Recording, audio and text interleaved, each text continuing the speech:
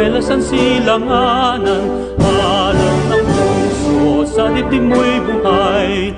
Lupang hinirang, duyan ka ng magiting, sa manluluti, di ka pasisiil. Sa dagat at bundok, sa simoy at sa langit mong bukaw, may dalagang tula at awit sa paglayang minamahal.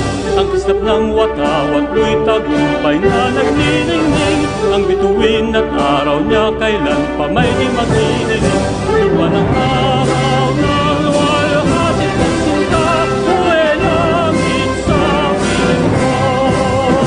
Aming ligaya na pag may pangalit, ang mamatay ng dahil sa'yo.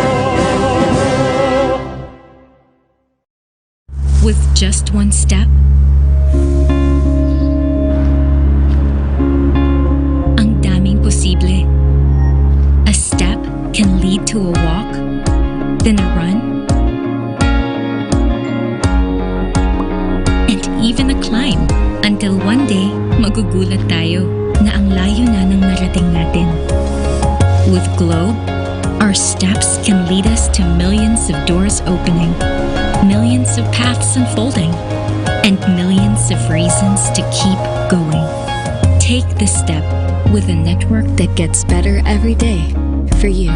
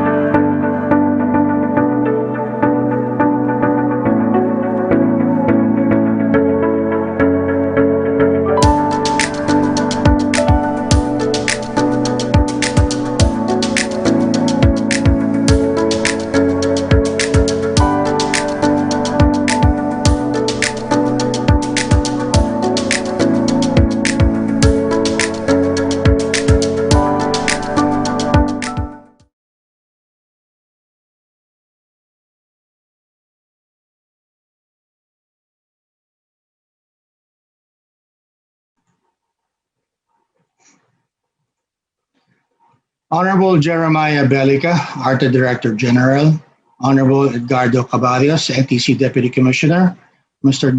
John Owens, UKFCDO ASEAN Economic Reform Program FinTech Head, Mr. Gerhard Tan, Globe Telecom Director for Technology Strategy, colleagues, including my co-host and fellow editorial writer, Ben Kritz. Ladies and gentlemen, good morning. Welcome to the Manila Times Business Forum. Today's event focuses on connectivity, which, as we know, has long been recognized as a vital component of national development. But it can be pointed out that we sometimes fail to appreciate all that is important. That is, until it is taken away. Connectivity may not have been taken away literally, but we have been certainly deprived of it during the pandemic. Even with the relaxing of the quarantine measures, health precautions compel us to maintain physical distancing, even from friends and family. Besides disrupting lives in the general economy, COVID-19 exposed the weaknesses of our information communication technology, or ICT infrastructure.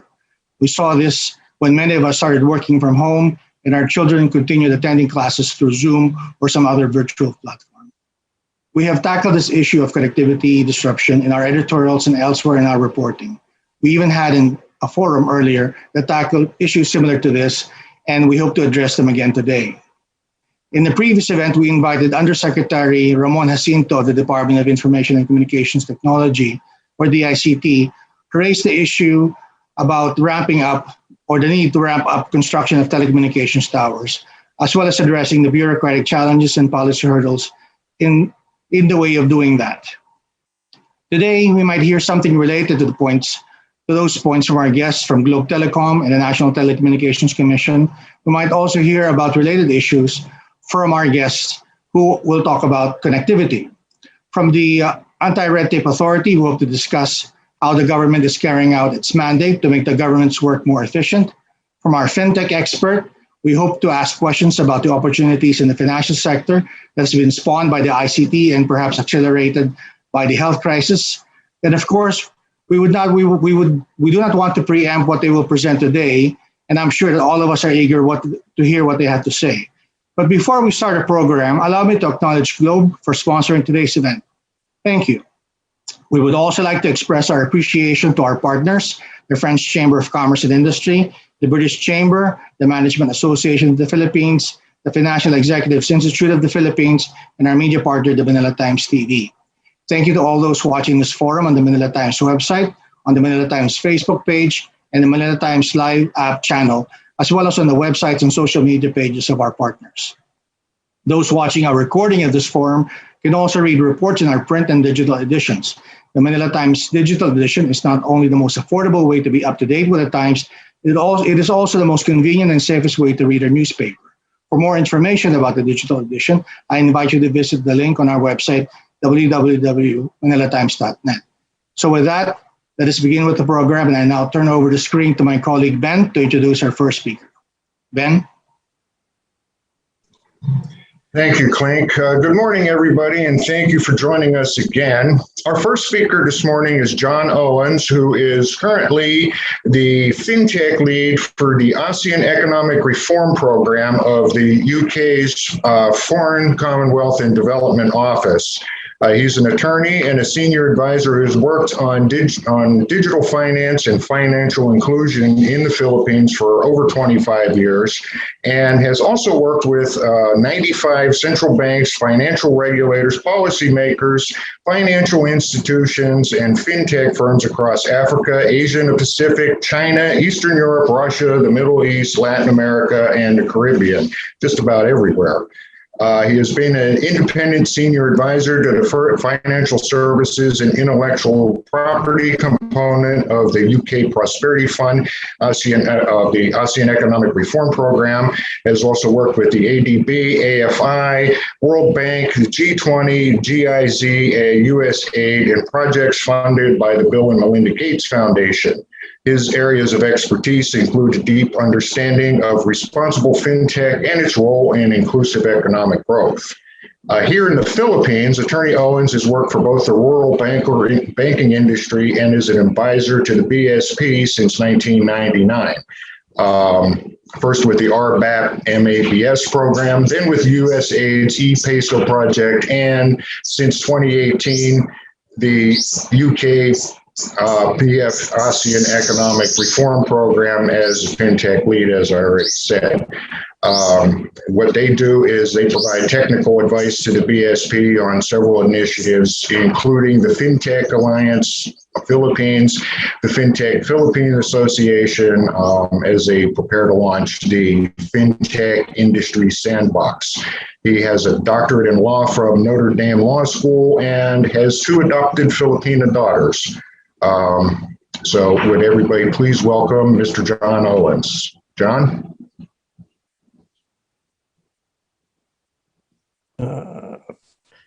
Magandang umaga, everyone. It's very good to be here. Thank you, Dante Klinkong and Ben Kurtz for that introduction. And I'd like to thank the Manila Times for inviting me today. It's great to be at least virtually connected to the Philippines, a place that I hold very close to my heart. I'm going to go through, let me see if I can open up my presentation. It's letting me share screen. Let's see, here we go, share. Can you see my slides? Yes, we can. Okay, good. So what I'd like to discuss today is basically, when we look at kind of digital financial inclusion, I'll get back to connectivity. We're looking at a range of developments around the world. A lot of this is being expedited now because of COVID, but which is really providing kind of a range of new ways of providing financial services around the world. And, it's very interesting that many trends that we see around the world actually started initially in the Philippines. And I'll talk a little bit about that during my presentation. So to make all of this happen, and when we talk about digital finance, we're looking at the key foundational infrastructure that needs to happen in order to enable digital financial inclusion. And the first one, which is the main one we're here to talk about, is the information communication technology infrastructure, identification infrastructure, payments infrastructure, and then lastly, the thing to really make it all happen is data sharing. So when we look at mobile connectivity, and this takes me back to my experiences in the Philippines, I think a lot of people may not realize, but the Philippines was one of the first countries in the world to really scale up prepaid mobile well before other countries. In fact, we began to look at, when I was working in the Philippines in 2004, that was the tipping point when more people owned a mobile phone than had a bank account in the country. And many people never thought that we could get down to that level. And it was really kind of the sachet economy and the ability to go down. And it was interesting to see the shift. The Philippines was such a leader at that time worldwide that everybody in the world came to look at what was going on in the Philippines. And in fact, many of the colleagues that I had worked with at Globe and Smart back, 15, 16 years ago, left to go help in other countries, particularly Indonesia, that was just beginning to scale up, and they were way behind the Philippines. So it's kind of interesting to see where the Philippines was, where it was a leader. The first mobile money or e-money account in the world actually existed in the Philippines. Smart began it with the Smart Money back in 2002, 2003, and then Globe followed shortly after with GCash in 2004. And again, this wasn't even being used. We brought it in many ways. We discussed this. I remember being part of teams that discussed a lot of these technologies with Kenya and Africa and even China. And the Chinese, I remember telling me they would never trust a mobile phone to make a mobile payment. They were amazed that the Philippines was doing it and said China would never do it. And of course, today we've seen what's happened in China. So the Philippines was a first mover. When we look at mobile connectivity, you still have a lot of, 150% penetration, meaning a lot of people own multiple phones. And so a large percentage of the population actually have multiple phones. Most of this is still being done through prepaid rather than postpaid. And broadband, although it's not nearly at the level that people would like to see it, at least it's now covering 92.9% of the countryside.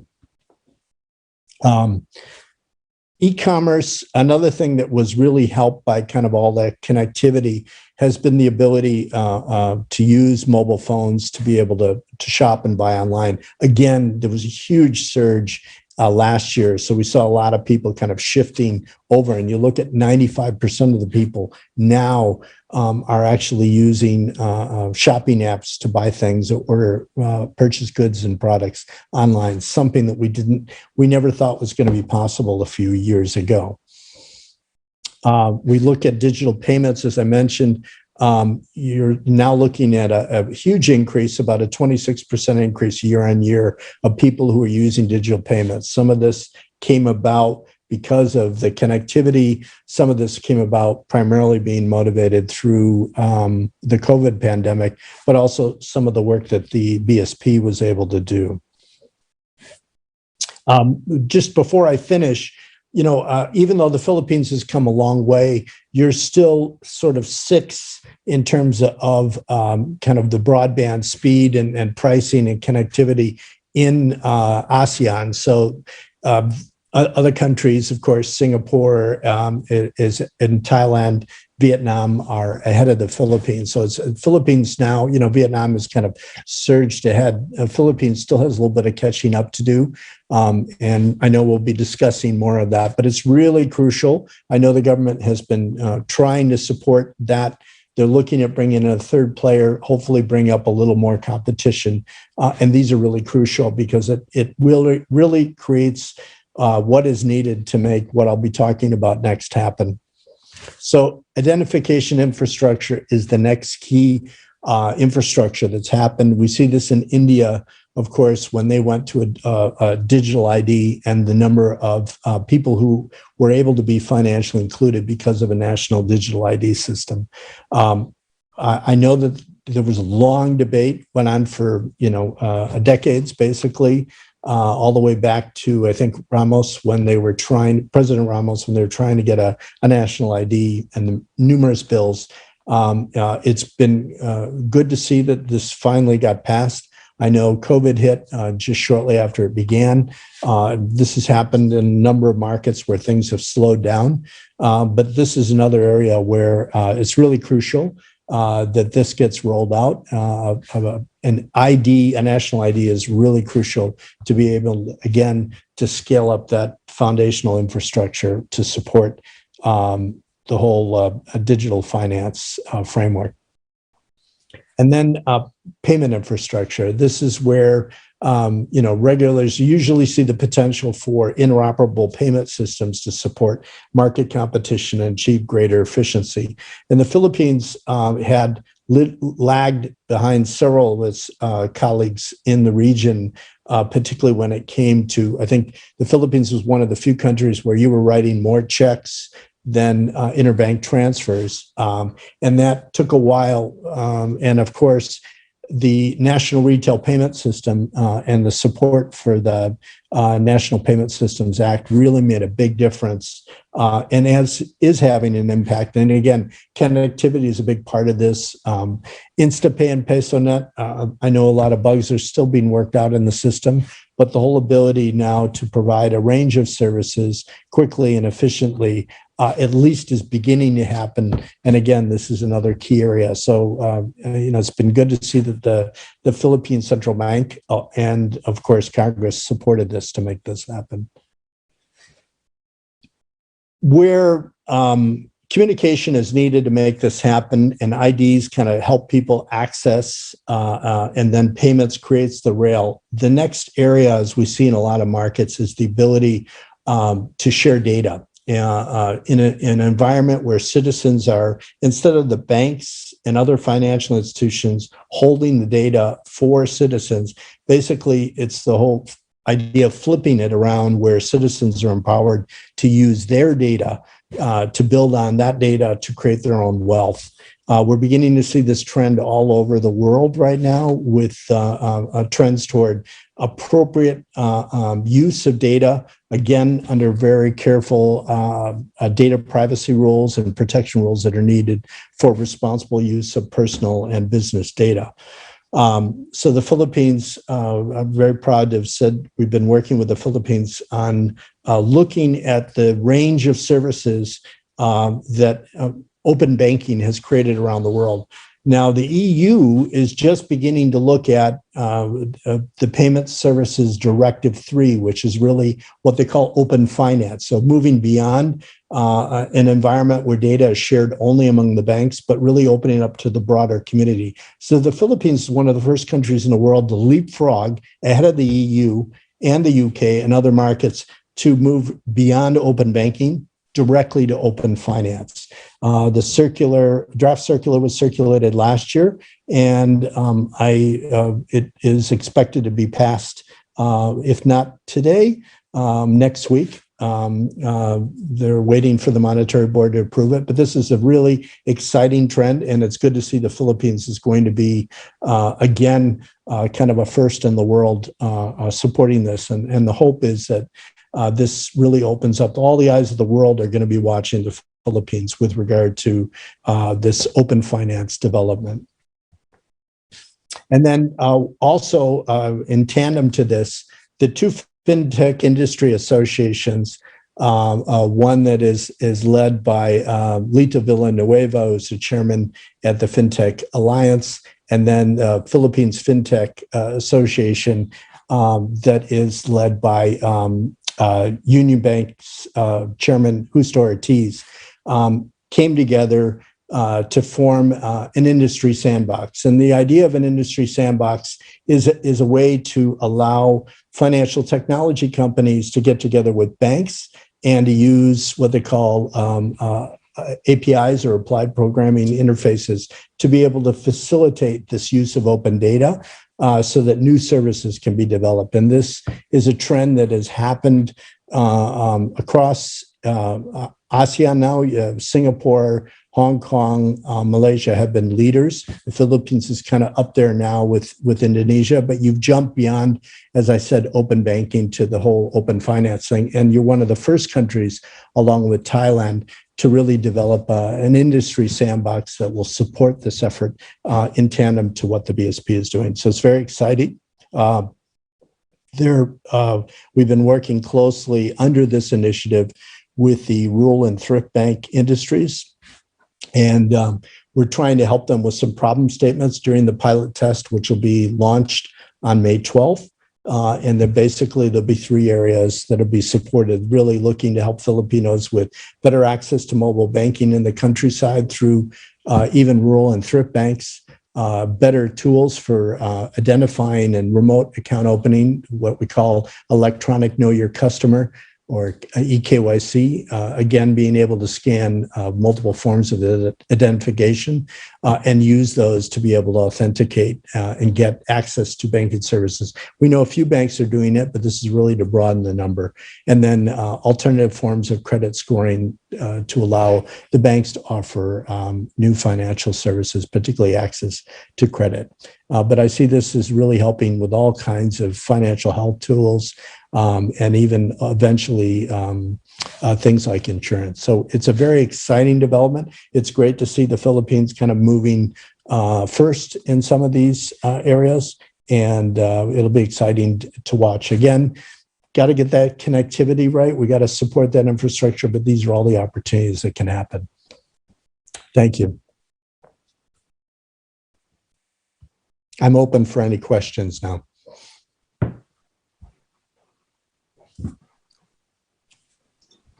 Okay, well, thank you, John. Well, if you can stick around, we'll have some questions for you after our other speakers. I have a couple of questions for you, so yeah, I hope you have time to stay with us, because I'd like to talk more about some of the things that you brought up. Thank you. Our next speaker is somebody that I think everybody is probably anxious to hear from. Mr. Gerhard Tan is the Director of Technology Strategy at Globe Telecom. He's a graduate of the University of St. Louis in Tuguegarao and has a master's in engineering and communications engineering from PUP. He's responsible for Globe's 3 to 5 year technology strategy, emerging technology adoption, network technology innovations, and the new technology solutions testing, validation, and integration of new services and technologies into Globe's network, including the 5G, which is developing pretty quickly, the Internet of Things, and various applications that includes intelligence communities.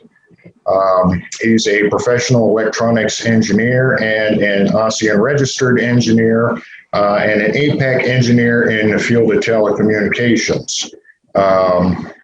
And besides Globe, during his 14-year career, he's also worked in the academe and the private sector, particularly in the telecommunications field. Would everybody please welcome Mr. Gerhard Tan. Good morning. Good morning, Ben, and good morning, everyone.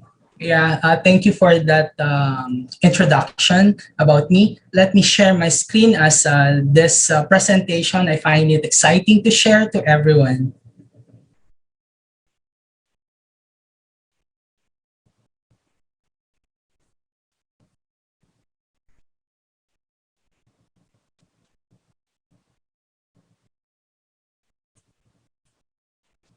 All right, I'm pleased to share to everyone about Globe's journey in terms of improving connectivity here in the Philippines. So it's a work in progress masterpiece. Let me share our Globe's vision. We see Philippines where families' dreams come true, businesses flourish, and nation is admired. To do our part, we create wonderful experiences for people to have choices, overcome challenges, and discover new ways to enjoy life. In everything we do, we treat people right to create a globe of good. So let me share our journey in doing Globe of Good. Globe had been instrumental actually during the outbreak as we not only help our employees but also extended a helping hand to the different local government units across the country. And not only that, we also responded by donating face shield, face masks, PPEs, and access to COVID-19 test kit. So apart from that, the digital transformation here in the Philippines had accelerated during the pandemic. So cashless transaction had been made available, connectivity at home became in demand. And likewise also, the opportunity to really provide unified application for efficiency. With Globe, we had innovated and created a unified platform we call Globe One app, where Globe postpaid subscriber, Globe My Business prepaid, and TM customer will be able to monitor their account and, of course, track their usage, and likewise also request for service modification and pay their bills. Isn't it amazing? It's something that truly Globe wants to share to the Filipinos. So, likewise, it's very important that in delivering distance learning, connectivity plays a vital role. And Globe also had been so very advanced and at the same time aggressive in expanding its coverage reach to support this need to provide distance learning. And also, through Consulta MD, we were able to provide medical consultation services to the Filipinos and other applications available brought to you by Globe subsidiaries. So, part of which is the very well-known GCash, okay, where GCash provided the cashless transaction app for the Filipinos. So this enables online shopping, banking, and likewise also provides salary for the workers, online salary transactions, and also buying medicines, okay, payment, and other purposes. So more important is that communication is what we want to deliver and convey where we transfer information from one person to another, one place to another, and so forth.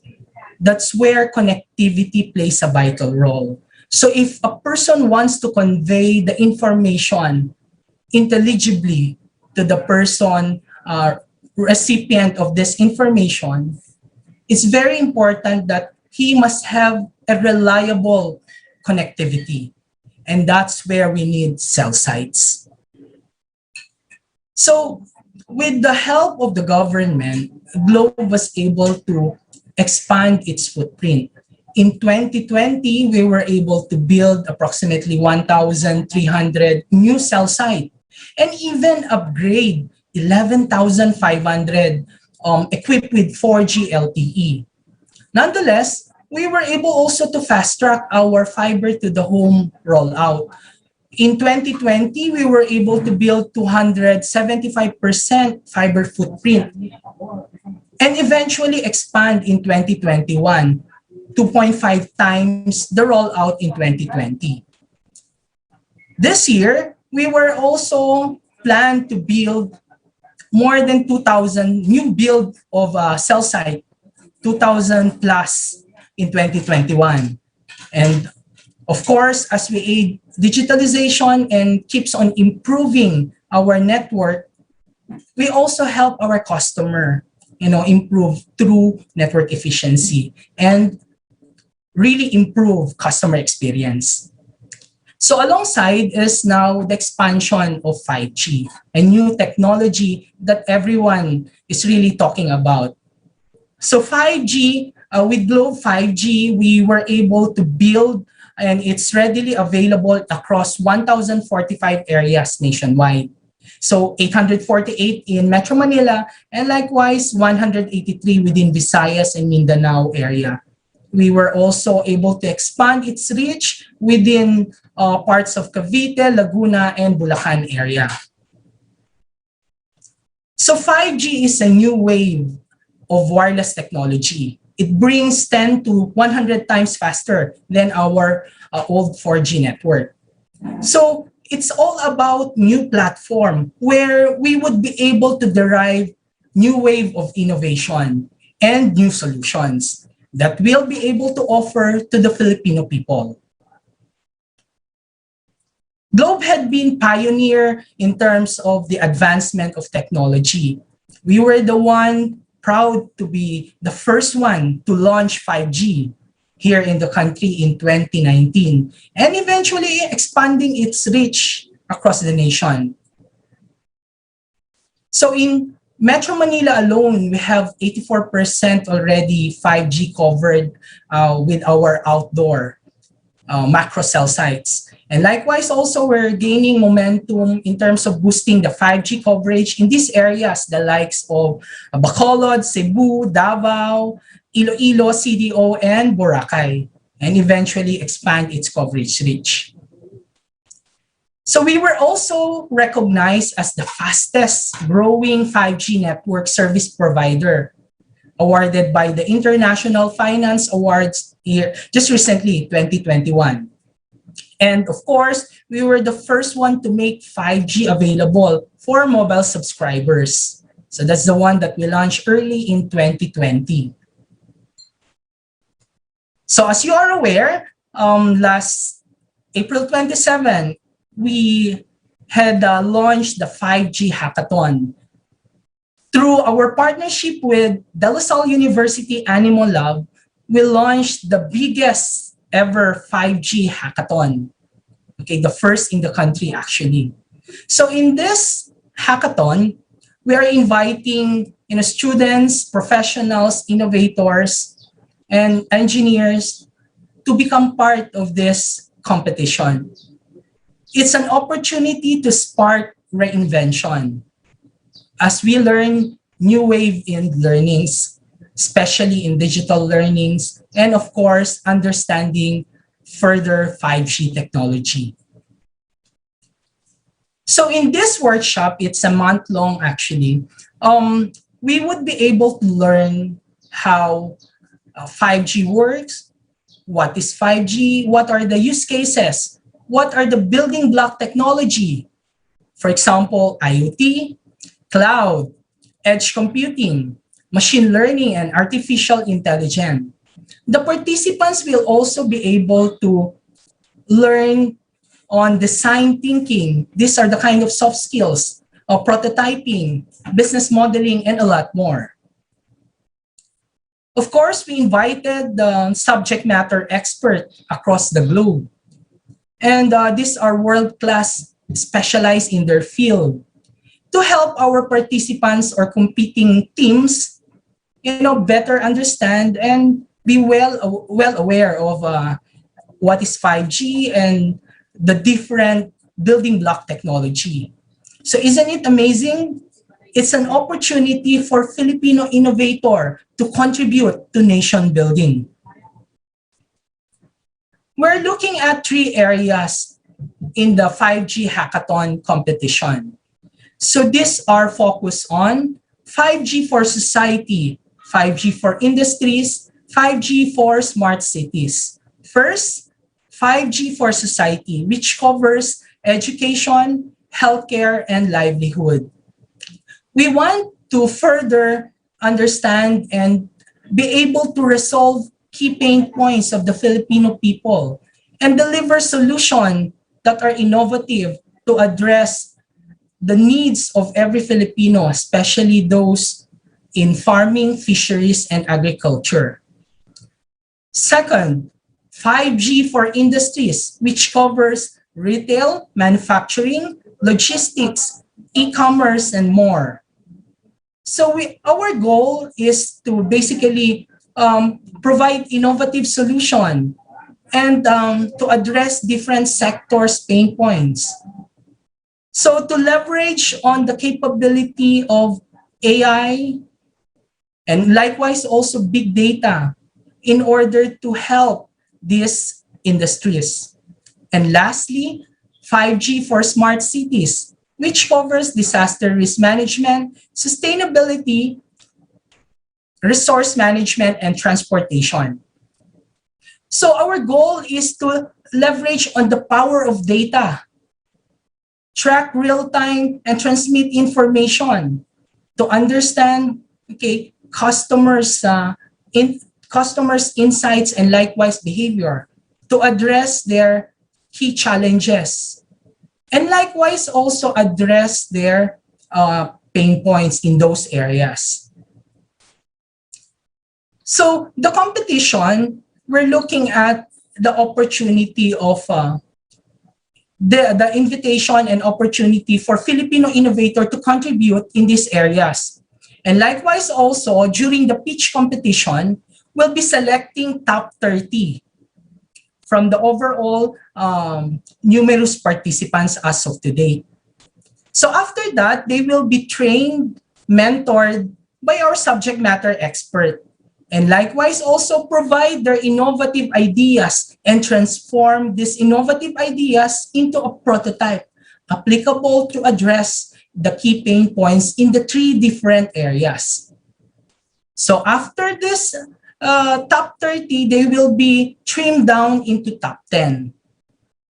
So these are an exciting opportunity for Filipinos, especially the youth. So from this hackathon, the winners will be able to receive a cash prize of 500,000 pesos and an opportunity to be part of 917 Velocity. And likewise also, to be able to test their prototype straight to our Globe 5G Acceleration Lab and experience our 5G network and mobile edge computing platform. So with that, with the burning passion to every Filipinos with Globe, we want to reinvent your world to make it wonderful. Thank you very much.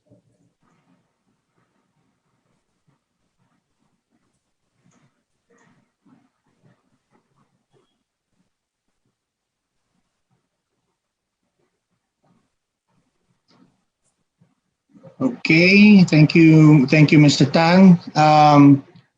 I do believe we are ready with our next speaker, so let me introduce him right now. He is Attorney Jeremiah Banta Belgica, the first ever Director General of the Anti-Red Tape Authority. He was appointed when the agency was created on June 17, 2018. I'd assume in 2019. He's currently the youngest official holding a government position with a cabinet rank. He's a lawyer by profession and the founding partner of his Belgica, Aranas, Valdueza, De La Cruz and Associates law offices. He's also a licensed environmental planner and a real estate broker. He is currently the Secretary General of the National Political Party, Federalismo ng Dugong Dakilang Samahan. He is the first ever awardee of the coveted Most Outstanding Alumni of the PLM College of Law. He's also a former president of the PLM College of Law Student Council and was a member of the debate team of the UST College of Science, where he got his bachelor's degree on science, major in biology. He is an ordained minister of the gospel by the Lord's Vineyard Covenant Community and started the Manila congregation as a 20-year-old pastor. He served as its resident pastor for almost 10 years and held the position while studying law and even taking the bar. He received his legal training as an associate in several law offices, the most notable of which is the J. Calida and Associates Law Offices. He's also former constitutional and political law professor of the University de Manila College of Law and business law professor of San Beda College, College of Arts and Sciences. He also worked at the National Parks and Development Committee, where he honed his administrative supervision skills. He is founder of many national youth organizations with wide experience in media and public speaking. And he is an avid lover of music and plays several musical instruments, but masters in piano and keyboards. He is married to Eunice, and they have a beautiful daughter named Tori. So can we please welcome our speaker, Attorney Belgica?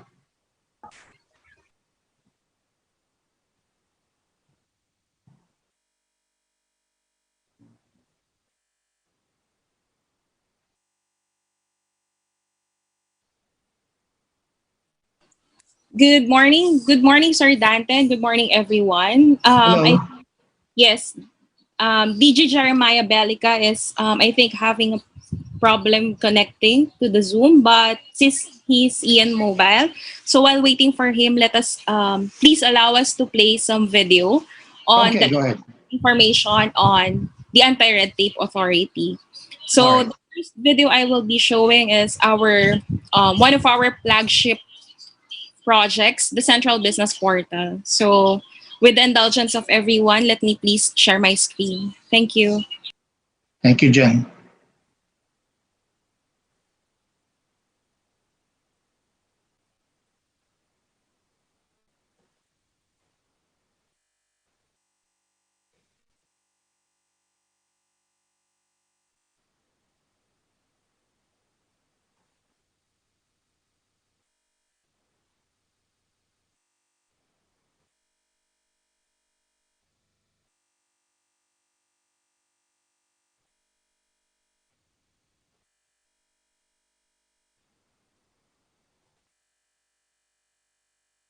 Oops, sorry, I think I forgot to share the I was going audio. to say we can't hear anything. Can My we play apologies. it again, please? I'll start it again. Yeah. Okay, thank you, Jen. Oops, sorry, I think I forgot to share the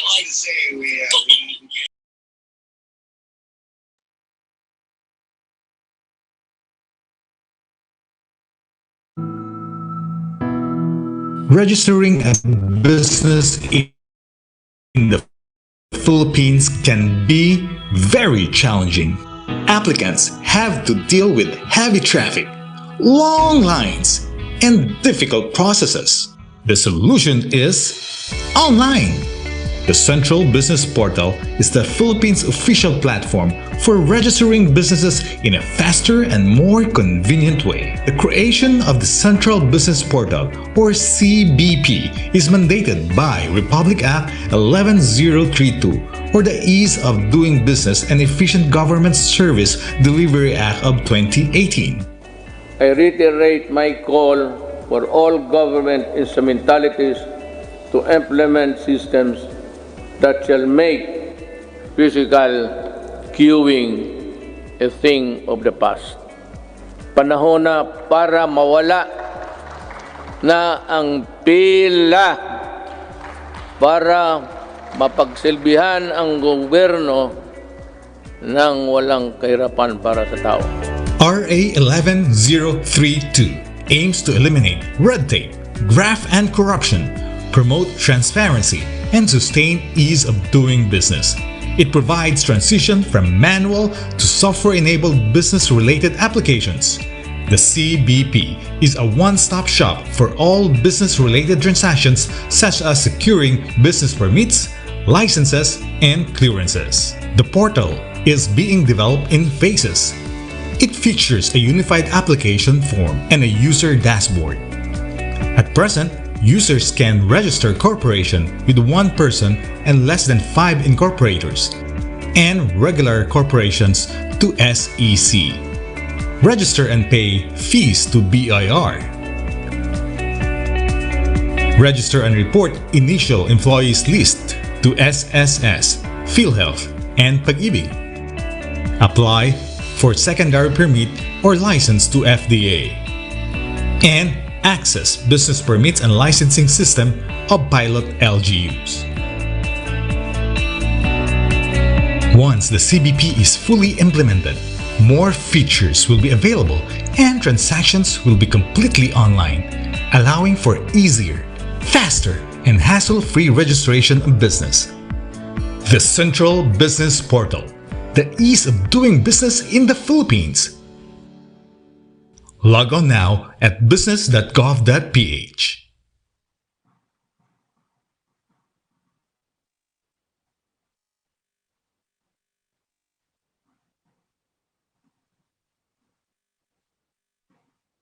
Okay, since I believe we are still are we still waiting for Director General Bellica?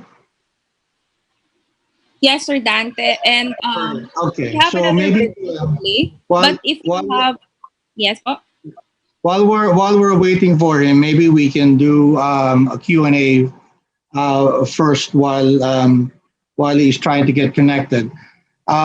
Just signal me when he is on board so we can introduce him properly. But for now, just to move our program along, Ben, let's have a part one of a Q&A. But let me bring in another guest who represents the National Telecommunications Commission, and that is Deputy Commissioner Edgardo Cabarrios.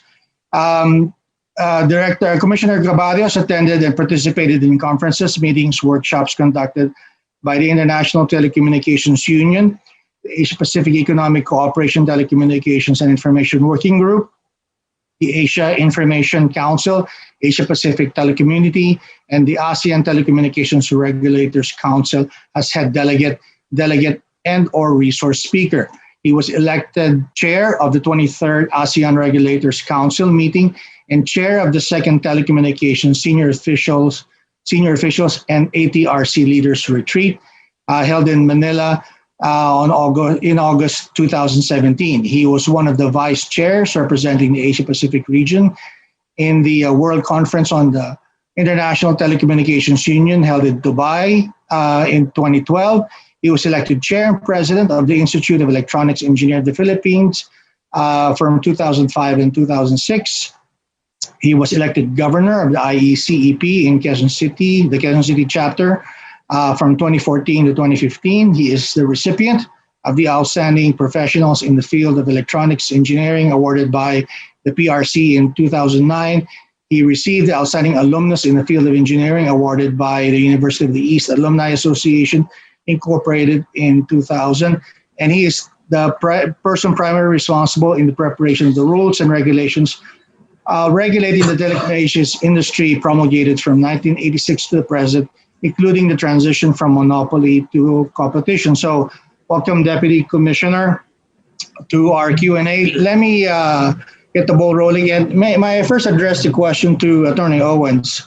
Very interesting presentation, sir, on open finance and financial inclusion. I wanted to ask you that because that seemed to be a hot thing even before the pandemic. And as you said, that's been accelerated by the crisis.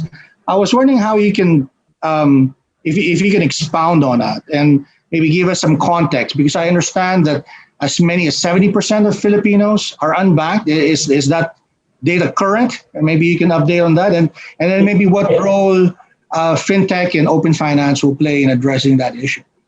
Yeah.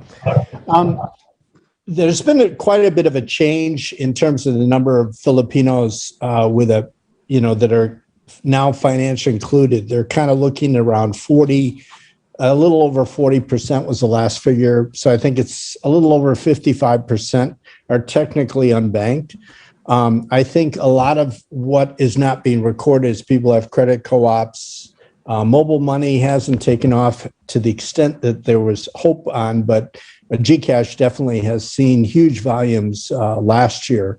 I just got off a workshop today with all the countries in Latin America, and they're seeing very much the same trend. Everybody's shifting to kind of digital. They were almost forced to.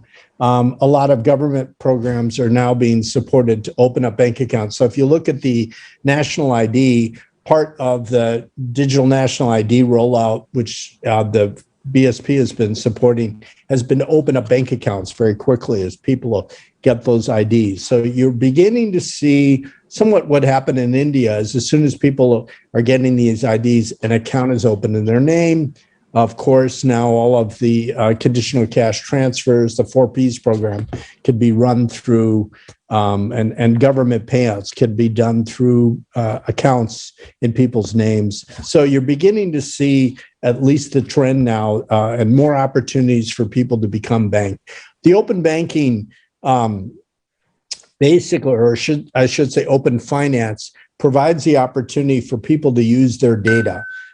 So if they're connected a variety of different ways, like Facebook, for example, we see a lot of applications in Cambodia. I worked with a group, or Myanmar, a group prior to what happened in Myanmar, that was actually providing full financial educational training programs via Facebook Messenger. There'd be reminders of the benefits of, how you could better run your business, little videos, information. But then using some of that data, they were able to channel people to open up savings accounts, even providing access to small credit in partnership with a lot of financial institutions.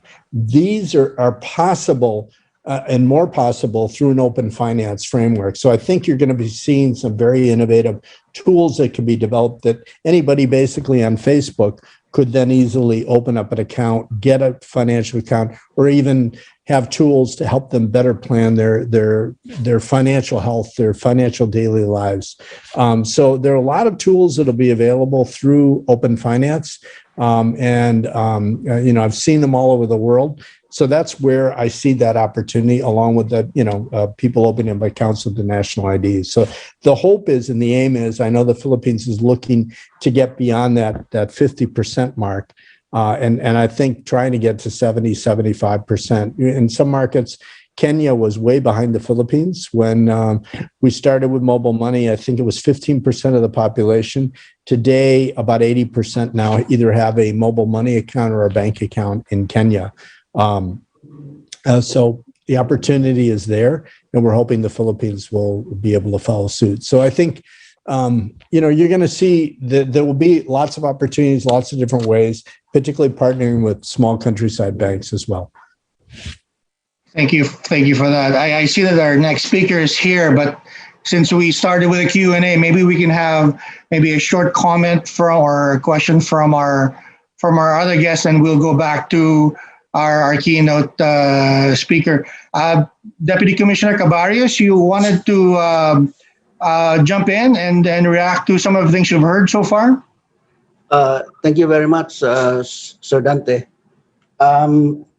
Well, yes, I just would like to share additional information based on the same source of information shared by Mr. Owen.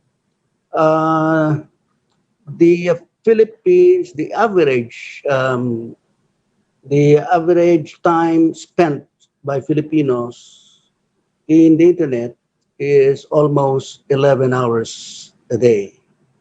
And on social media, it's 4 hours and 15 minutes. On our daily hours spent in the internet, we are ahead of Vietnam. Vietnam is on the internet only for 6 hours and 47 minutes. So it's 4 hours.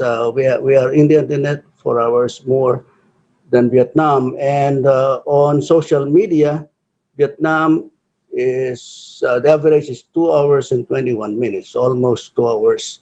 We are 2 hours more time spent in social media. We are using Vietnam as a country to compare because Vietnam's land area is almost the same as that of the Philippines, and the population is almost the same. The only difference is that we are composed of so many islands, and Vietnam is not. Again, so if you take a look at this information, this data, it goes to show that at any given time, there are more Filipinos using the internet than Vietnam. And that's the reason why perhaps the average speed in the internet based on the UCLA results, speed test global index, for March, we are number 7 mobile among the ASEAN, and for fixed, number 5 po tayo. And Vietnam is ahead of us for mobile because Vietnam is number 4, that's mobile, and Vietnam for fixed is number 4 also. So what does it mean? Vietnam has 80 to 90,000 cell sites. We have only around 23,000 cell sites as of end 2020. And we spend more time. There are more users per unit time. So that's the reason why our average speed for both fixed and mobile is less. Is less, of course, than Vietnam.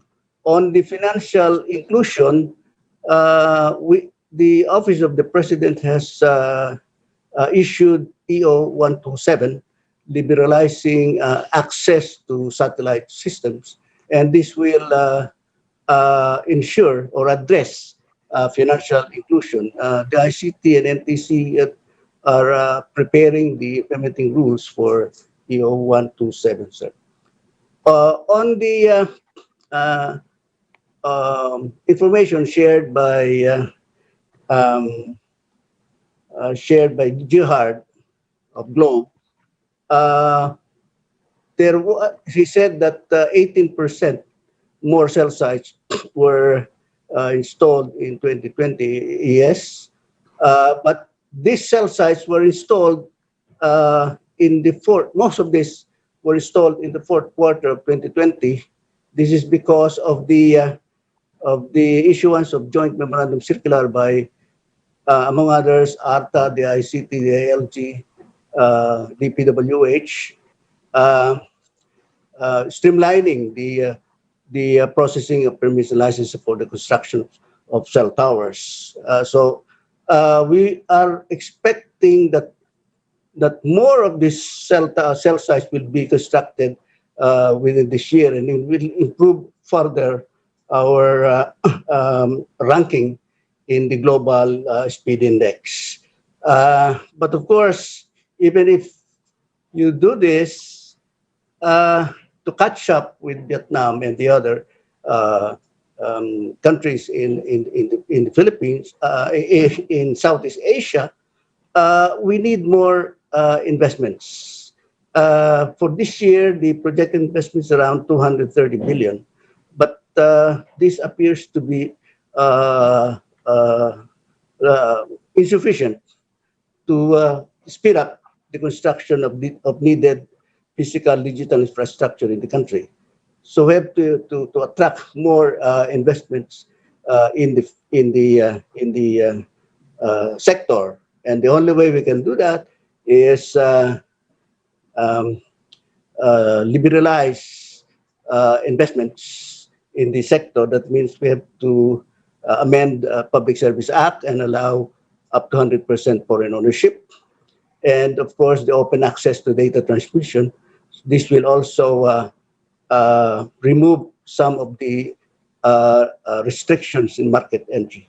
So all of this, if done, then we can accelerate the development of physical digital infrastructure in the country, and we can catch up with our neighbors. Thank you very much, sir.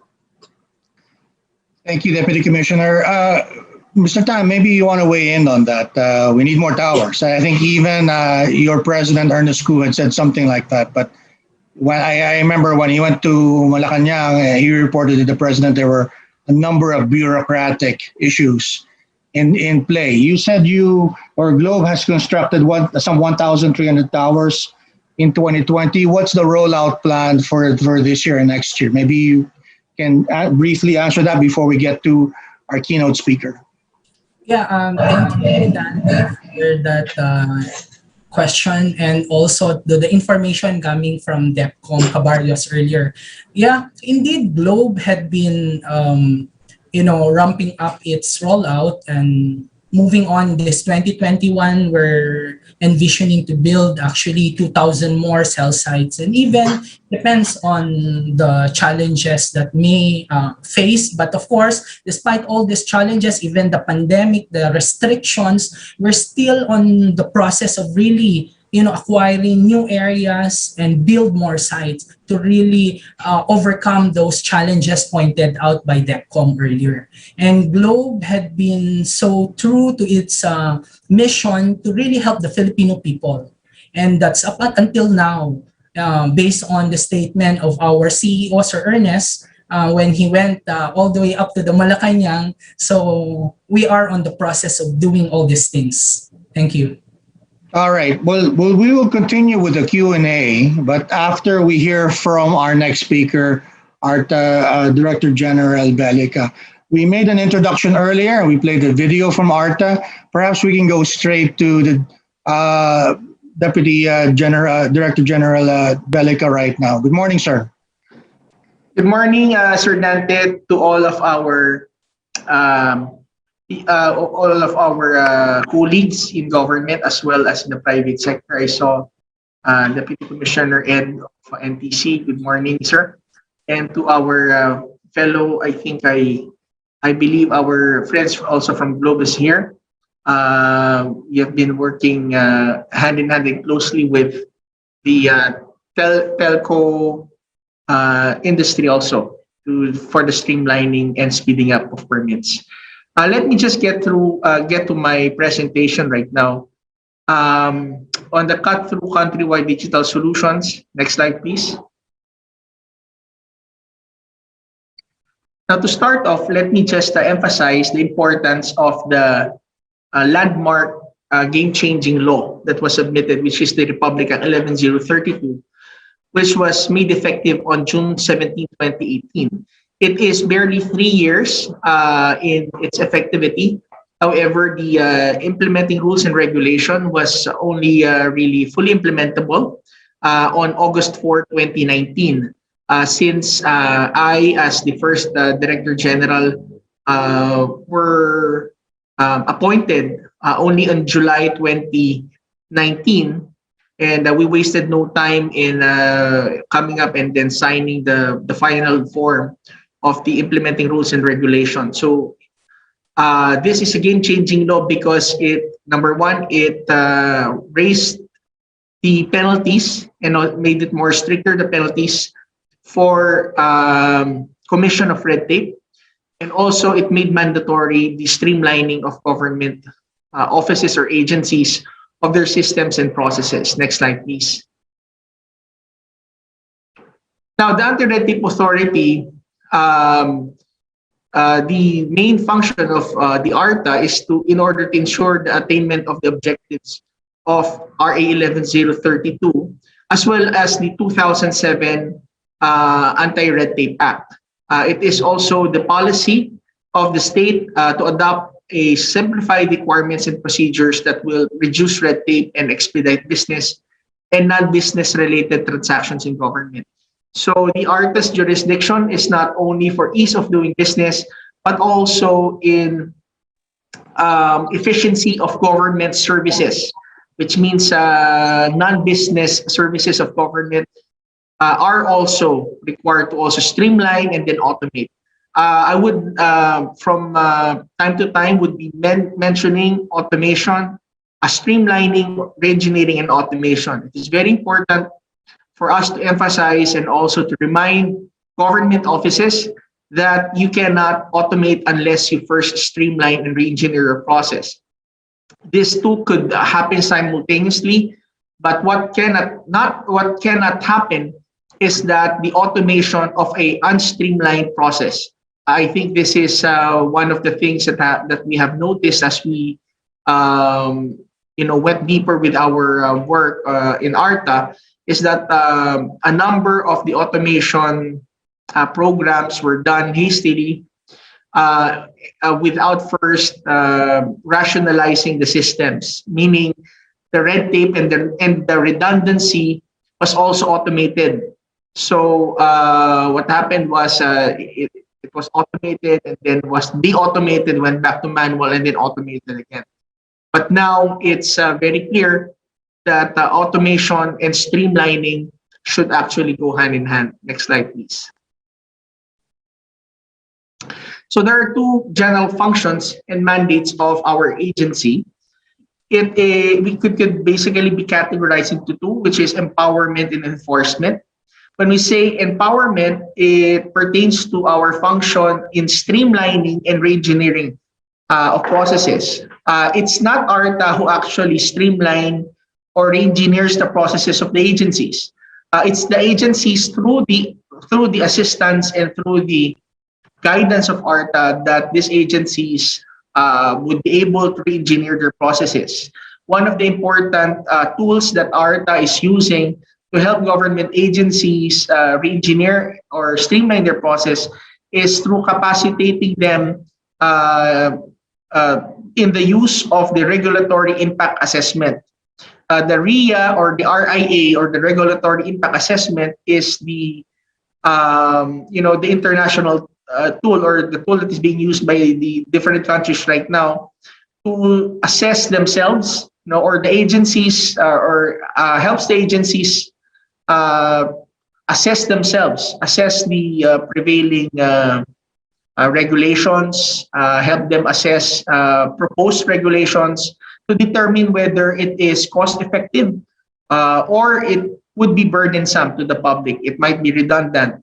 So the regulatory impact assessment is now being institutionalized. We will very soon be rolling out the first Philippine regulatory impact assessment manual that would form part of our regulatory management system that we are already building in the country. So this is more of the, should we say, midterm and long-term plans and solutions. But at the same time, ARTA also has a function which we call the enforcement function of ARTA. Enforcement function pertains to sort of a policing work, which gives us the investigative functions, either motu proprio or by initiation of a complaint by a transacting individual or a company or an industry. Also, we are also authorized and we have the power to file cases for specific violations of RA 11032 or the new ARTA law, which we already did. Several government officials, both from the local and the national, even the barangays, were filed cases upon by ARTA. Next slide, please. So this is just basically some of the list that I did mention. The empowerment function, if I may add also, since I did mention that it is the function of ARTA to help government agencies streamline and re-engineer their process, we have been sending several recommendations also to government offices and agencies. One of the more recent streamlining recommendations or work that we are doing currently is the creation of the green lane for the vaccines manufacturing plants, or for those who are interested to form a or to establish a manufacturing plant for vaccines here in the Philippines. Upon the directive of the President, ARTA is leading this interagency effort, which we do hope to finish within this week or within next week. Okay. So another item to highlight in the enforcement function of ARTA is the issuances of automatic approval orders of ARTA. In the new law, in the new ARTA law, there is a very important and game-changing provision there, which is the automatic approval provision, which says that all applications which are enacted upon by any government agencies within 3, 7, or 20 days, depending on whether this is a simple, complex, or highly technical transaction, these applications, when remain to be enacted by the government agencies would be automatically approved by operation of law, meaning it could be said that it is Congress already who approved these pending applications. So ARTA, as of today, we have declared almost 10,000 permits and applications automatically approved by operation of law. One of the more recent ones is the 2,250 applications for automatic renewals pending in the Food and Drug Administration that ARTA declared to be automatically approved. And we are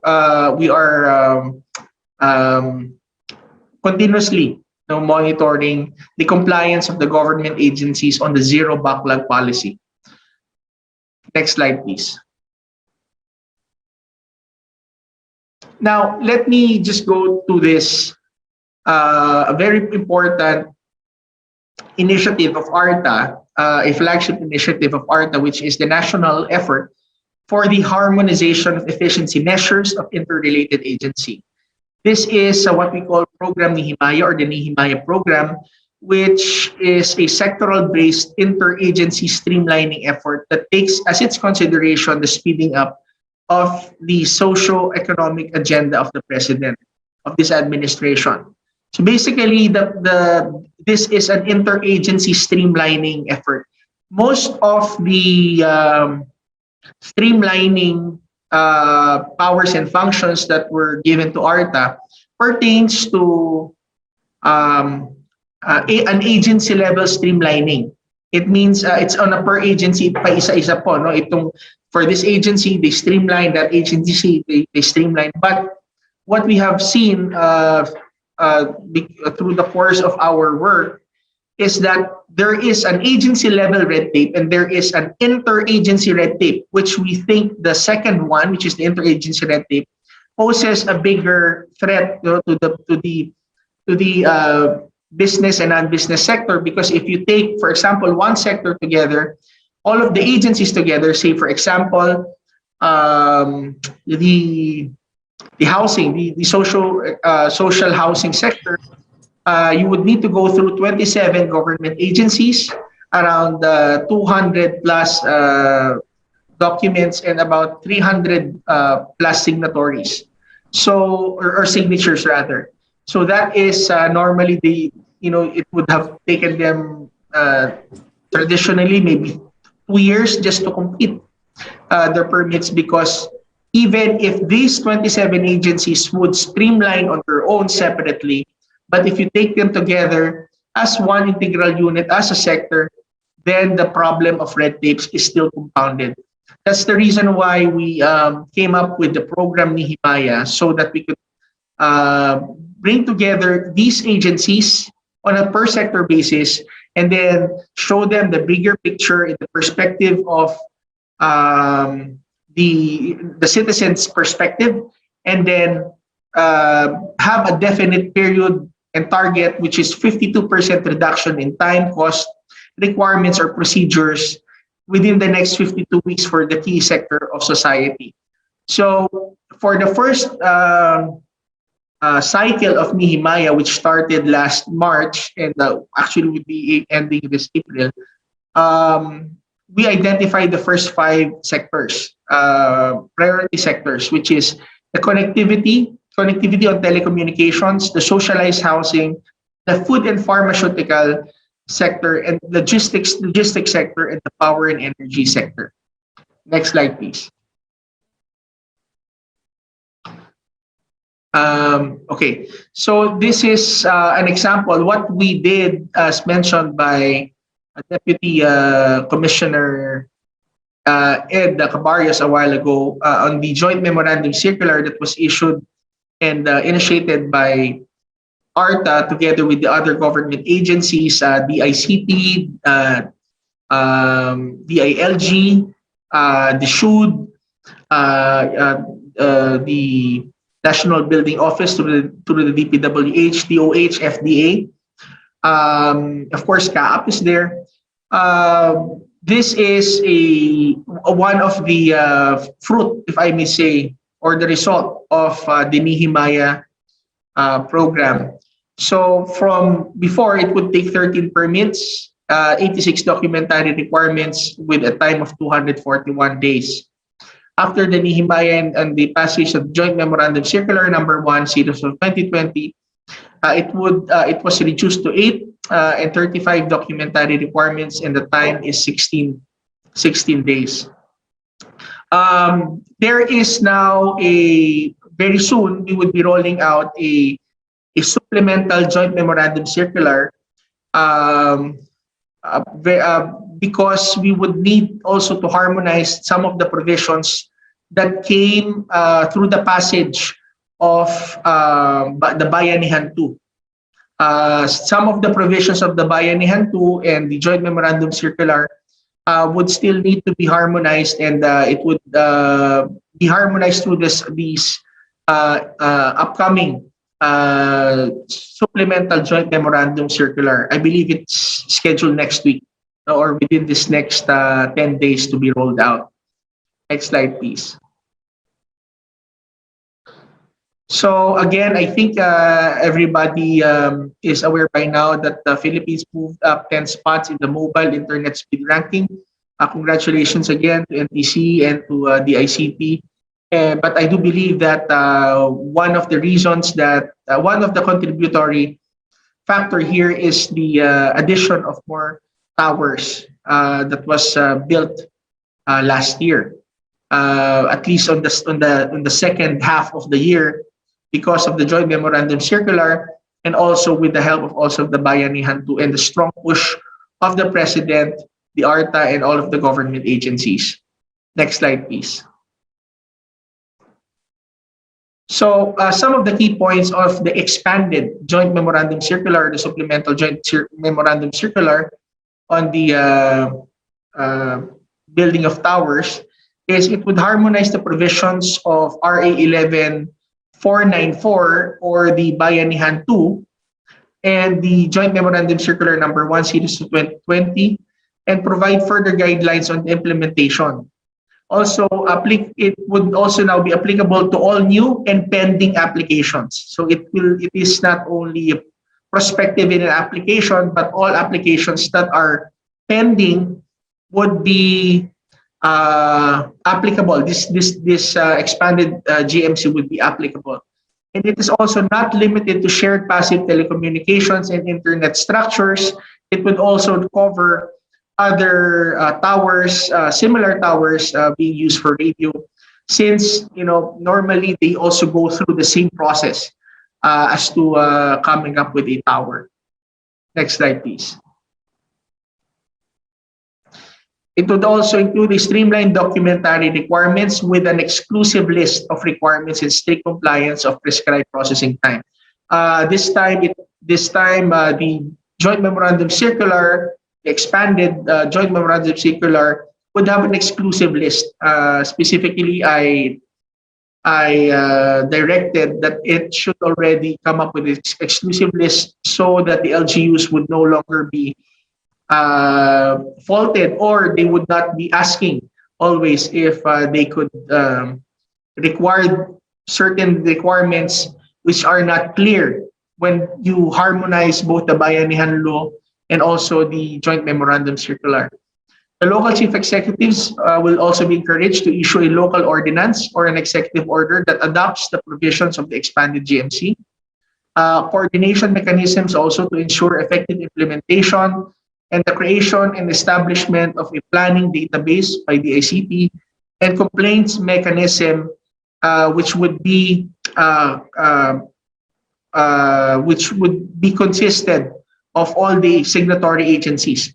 So the stakeholders, the private sector, could now raise their questions and also raise their complaints to this complaints mechanism that is composed by the different signatory agencies. Next slide, please.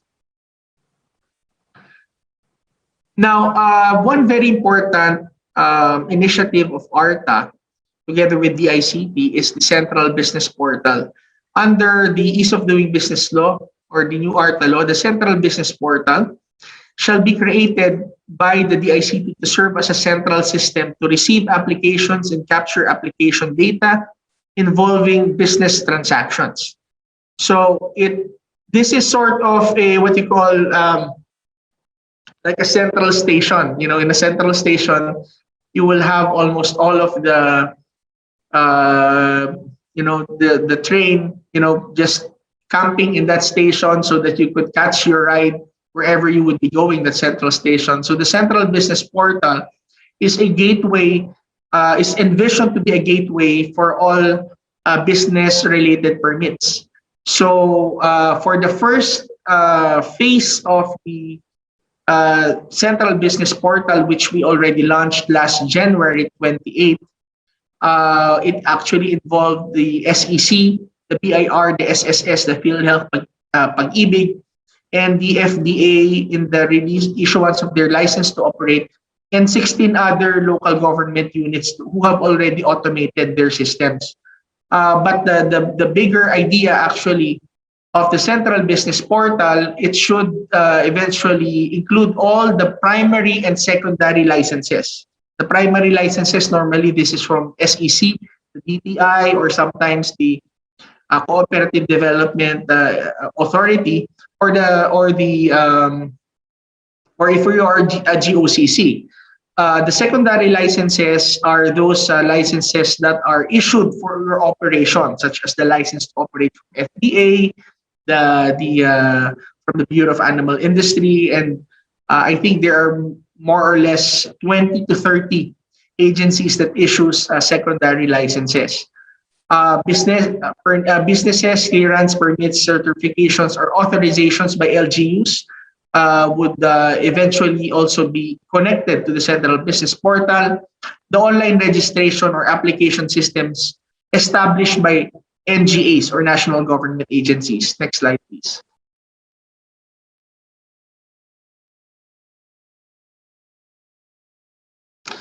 Now, as I mentioned, we initially launched the first phase of the central business portal last January 28, 2021. The first phase, these are some of the features that is included or that are included in the first phase. The unified application form for agencies, meaning for the 5 agencies or 6 agencies already included, there would only be one form to be a form that contains all of the data and all of the data and information that are already needed by all of the 5 or 6 agencies.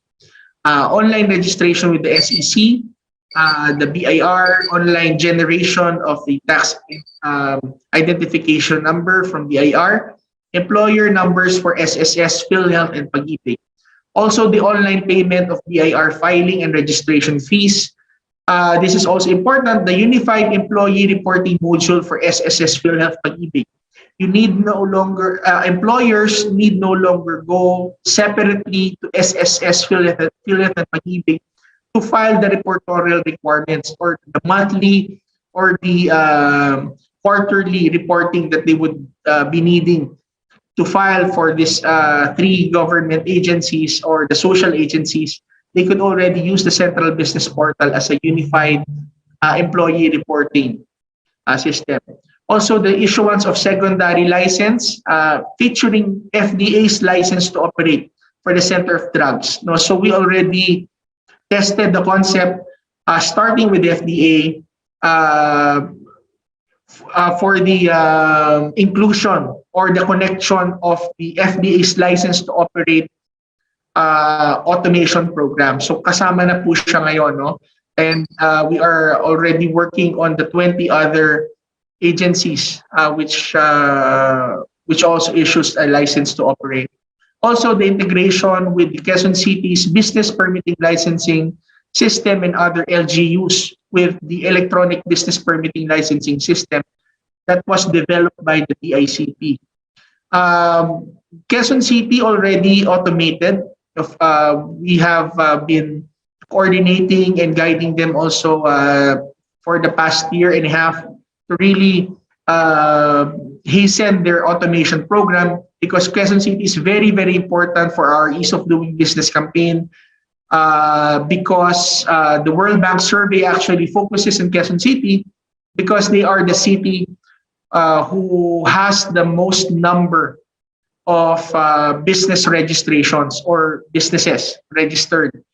But also, there are other cities who already automated their business processing licensing systems using the software developed by the ICT.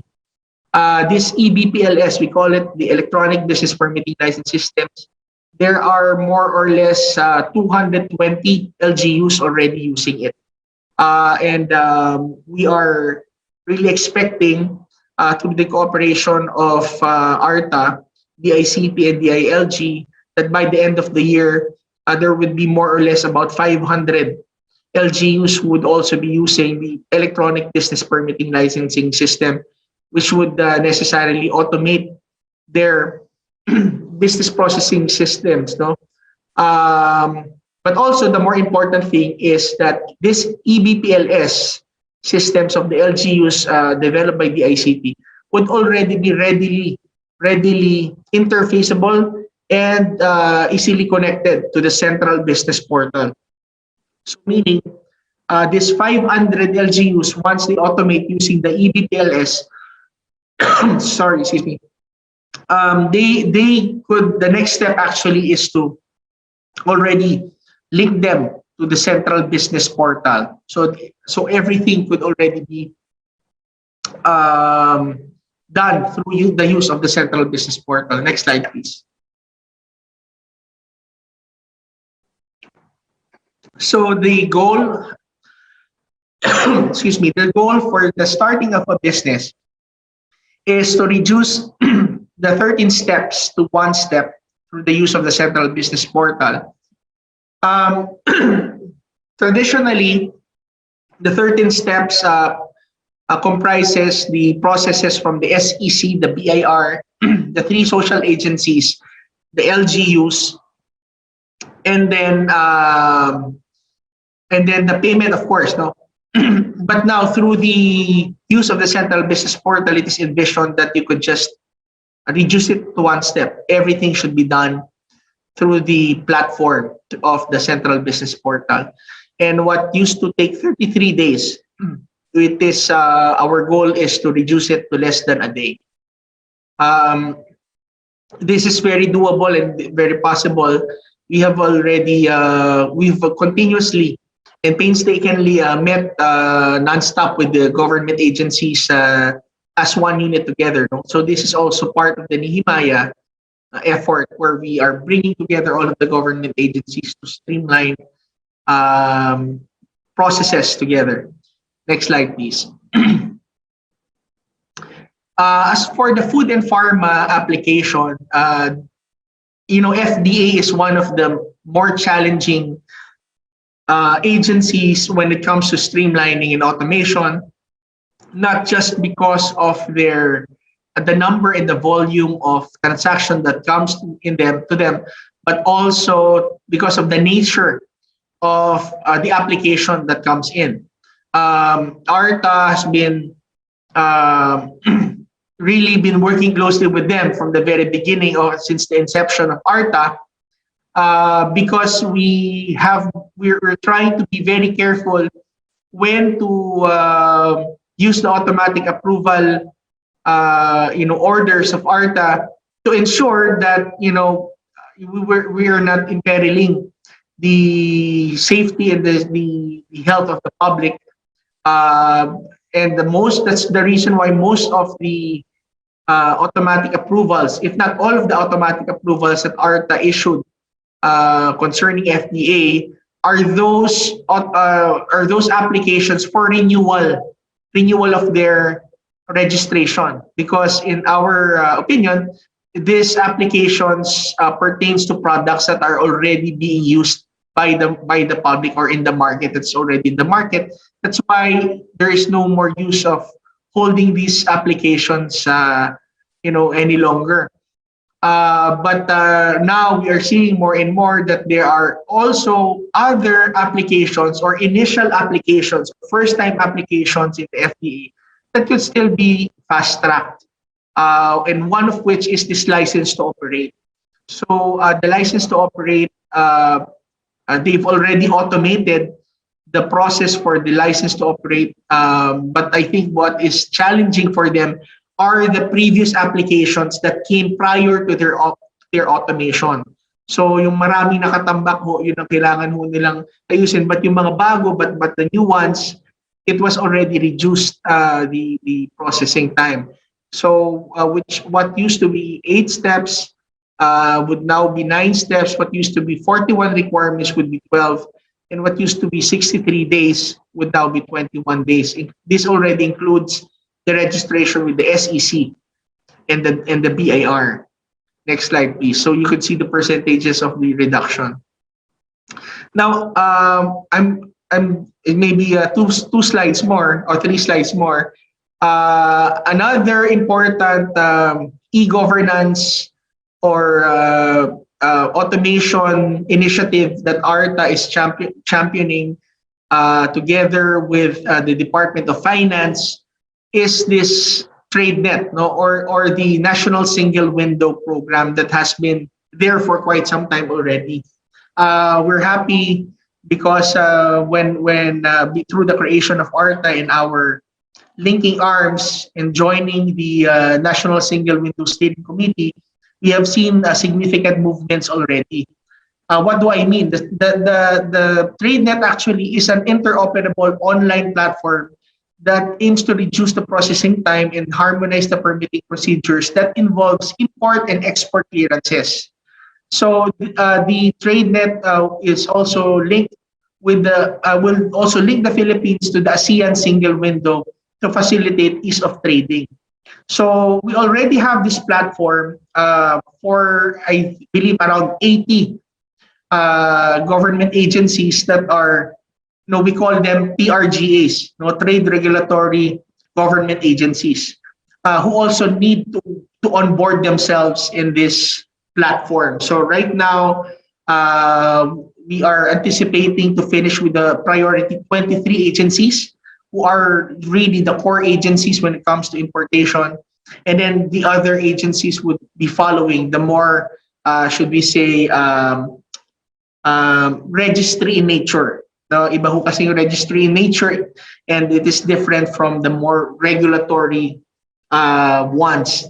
Next slide, please. So the ARTA is heading the onboarding to ensure and to encourage or to compel, if I may use, the government agencies already to use this platform to onboard themselves in the platform. It will not only make things faster, but it would make it very transparent. So it would be good for the business and the trading cross borders.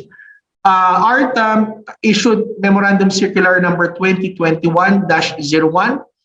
These are the guidelines on the mandatory onboarding of trade regulatory government agencies to the TradeNet, as endorsed by the Ease of Doing Business Anti-Red Tape Advisory Council through a resolution.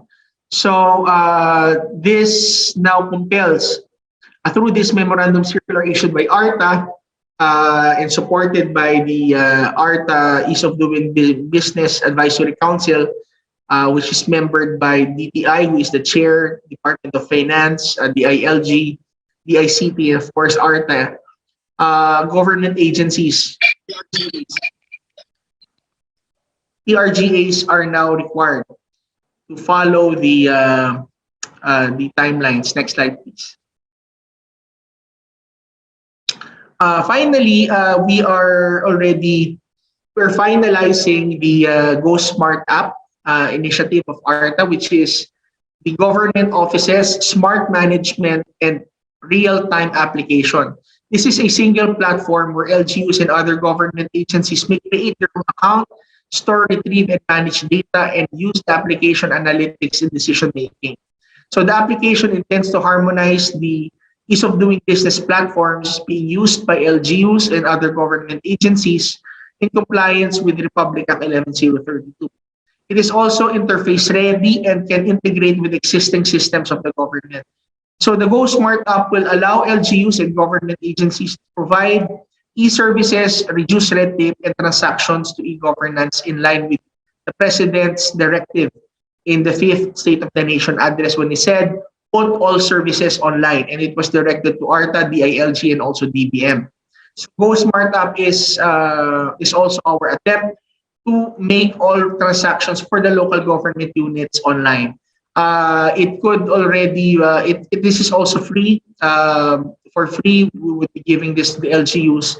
LGUs could simply open their own accounts in the Go Smart app, and their constituents could already transact to those account to that account. Similar when you're opening a Facebook account, your friends could go and interface with you using that account. So this is already in the data privacy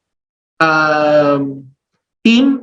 We're having this tested for data privacy and also cybersecurity. It's already going through several cybersecurity testing, and we hope to roll this out by the second or rather by the third quarter of this year.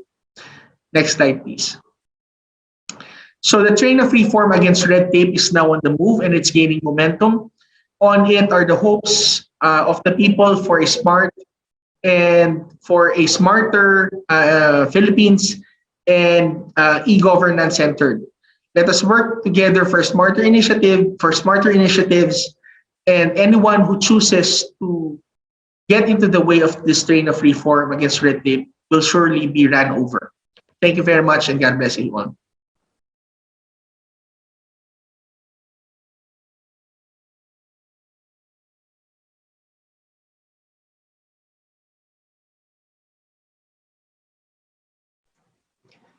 Ben, I think we can continue now with our Q&A. Would you do the honors, please? Ask questions. I sure would. Is Mr. Owen with us? I believe he is. Yes. Okay. Yes, sir. Yeah, okay, great. I've got a question for you, Mr. Owens, and I think Mr. Tan can probably also comment on this as well. But we're talking about establishing a solid infrastructure for all of these advances, particularly in financial inclusion and things like that. What I'm curious about is to what degree do some of the initiatives that we're trying to do in areas like digital payments, various parts of financial inclusion and whatnot. To what degree do those things depend on the 5G and the latest technology? Because I think one thing that's been a concern is that as 5G has been rolling out, a lot of people are discovering that they are not equipped for it. And it seems that there's a kind of a technology gap for a lot of people. So I'm wondering, how quickly does that need to develop in order to meet the fintech and financial inclusion and digital payment goals? Yeah. Well, I'll be honest, at least from my perspective, in a lot of markets, 4G is sufficient for doing a lot of this. 5G is great for certain value-added, better, speeds for downloading, videos, YouTube, the things. Unfortunately, as mentioned, Filipinos spend too much time maybe online as compared to places like the Vietnam, and hence that's one of the challenges you have in providing a bandwidth. But it's that large amount of data that's needed for other value-added services rather than for the financial inclusion. So as far as I can see, and in my work, the data provided by 4G networks is more than enough to provide access to financial for the average financial service. It's really when you get to other value added like heavy video content that you really require the speeds of 5G to do it. So I don't think that is necessary. And I saw some of the debate basically, hey, I don't need 5G, get my 4G to work properly in the sidelines. So I think, the interest is get that infrastructure going. 5G is a great value added, but it may not be, at least for certain services like financial access, a necessity. But I agree on what John had just told everyone earlier. And with Globe, we are expanding our 4G network because basically that's what we need to support the financial services and applications needed, like GCash as what we offer. And likewise, also 5G is still on the process of growing, and we're still, across the globe, people are finding what we call 5G killer app to distinguish the service eventually. But nonetheless, here in the Philippines, both ways we are expanding the technology in such a way to support other sectors and domain. So one is basically the financial service. Okay, I have one other question about and I think you both can comment on this too. You did bring up earlier, Mr. Owens, that the take up of digital payments was actually a bit slower here than everyone had hoped. So why do you think that is? And for you, Mr. Tan, since Globe is obviously a big player in that, what do you think you can do to help that? Let Mr. Owens go first. Okay. I have to say I was probably one of the early big users of GCash back in, I think I did 1 million pesos in processing in GCash prior to 2012. So I was a big user. There were a lot of challenges, I think, to GCash. It was kind of that chicken and egg thing. We didn't have the value propositions that I saw happen in China and in Kenya. The Philippines has always struggled. I think the trust issue, in Kenya, it was really about sending money home. In the Philippines, you had, with all the pawn shops and everything else, there were alternatives to GCash through, all the pawn shops across the country. So some of the value proposition was not there. Globe had made some good strides, and then they changed a few things. Of course, Alibaba and WeChat have done a great job, and both those companies now have made major investments. Alibaba owns a sizable part now and financial of Globe's GCash, and Tencent from WeChat Pay now owns a sizable part of Smart Money. And I know they've been bringing that technology in. Philippines has been kind of this strange middle of the market. As I said, you were the first mover in the world, but yet the uptake was a bit slower. It was a challenge. I think the value propositions weren't quite there, at least in terms of money transfers and remittances. But I think the pandemic has definitely encouraged that usage. I mean, I'll be honest, the Philippines was one, and Globe in particular, was one of the first to use QR codes well before QR codes was used by anybody else. It was kind of too early to do. You guys started it maybe 8 years ago. Nobody was doing QR code payments, and then it started again. So I have to say, Globe tried a lot of things. I think they kind of came early to the market. A lot of other countries followed and copied that, and were successful, but it's still a challenge to this day. But again, I think the pandemic was kind of a bit of a tipping point, and hopefully we'll continue to see that grow. Mr. Tan, your comments. Yeah, John, thanks for that. Basically, GCash had grown. Even me, as a GCash user, I'm totally amazed on how GCash had evolved from pure banking transaction, money transfer, and even cash in and cash out, load transactions. Now, GCash have even expanded into save money. I mean, you're gonna save your money. You're gonna invest also. Actually, last week I just invested a certain amount of my money. G Insure. So I'm checking earlier about how my money progresses. So on top of that, GCash had now about 1 million transaction, 1 trillion, I should say, transaction. So that translates into we really evolved. So that's it, John. Thanks, and back to you, Ben. Ben, let me read some questions here from our viewers. This one is for DG Bellica. Sir, the question comes from Uriel Cabaraban Kilinging. Can you cite one example of redundancy that was automated? And then maybe if I can add to that, you mentioned your work with the FDA on approval. That's the hot issue today with COVID-19. I was wondering if you can maybe relate that to your work with FDA on streamlining these redundancies. So first an example, and then maybe bring in the FDA aspect if there is any. Thank you, Sir Klink. I'll give you an example of how an agent only streamlining through an agency level would not be that efficient, which would actually lead to the redundancy. Say, for example, what we have done through the Central Business Portal when we linked SEC, BIR, SSS, PhilHealth, Pag-ibig.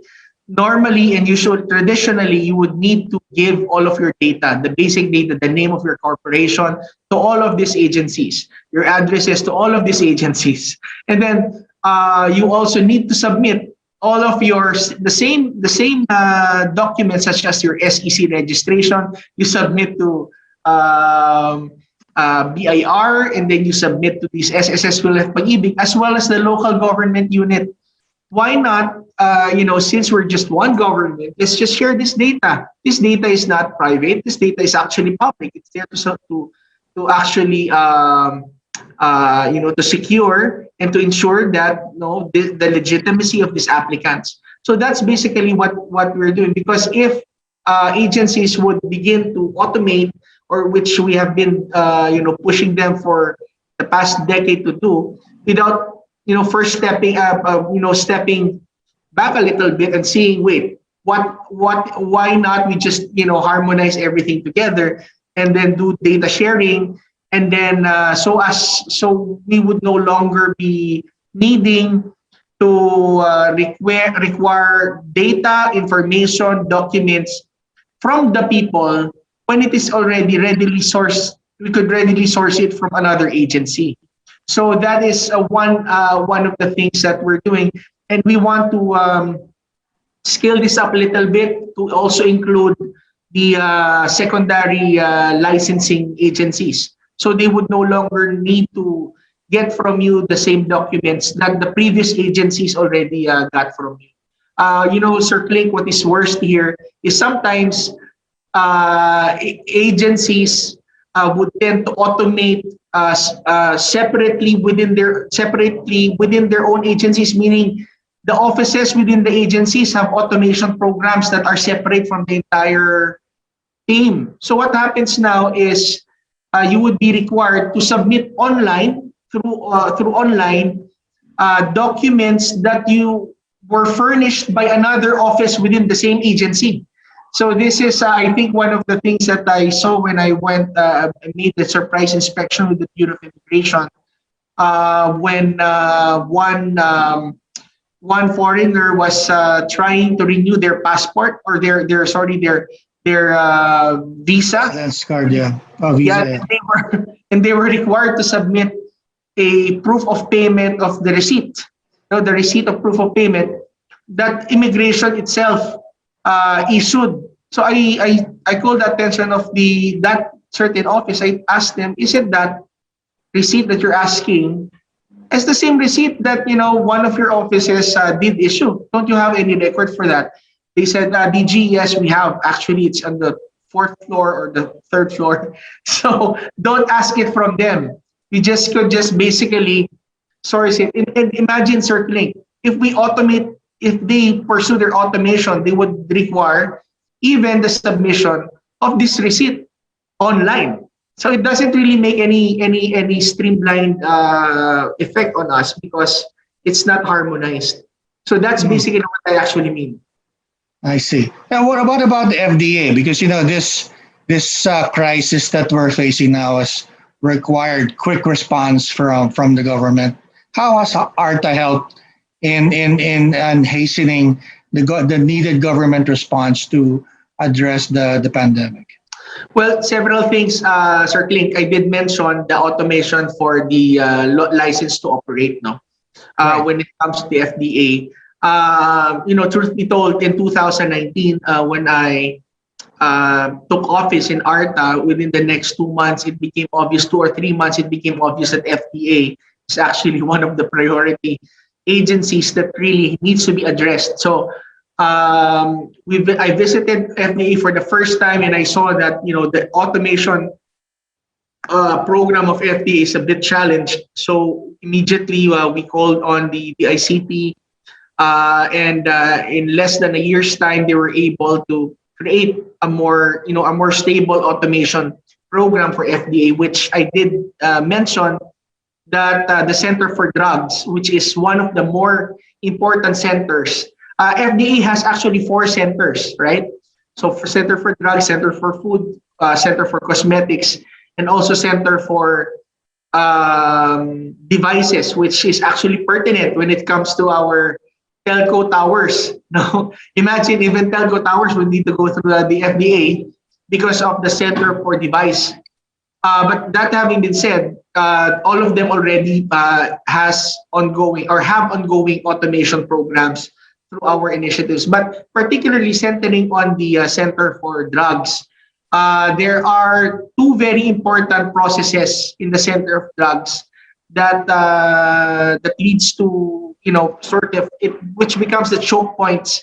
One is the license to operate, and number 2 is the certificate of product registration. The license to operate, as I mentioned, have already been streamlined on the license to operate, meaning as long as your applications are already complete, then they could easily process it immediately. One of the problems that they are now facing is FDA has what you call a pre-assessment phase, which accordingly, the pre-assessment phase they would first analyze whether your submissions are complete before they actually receive your applications.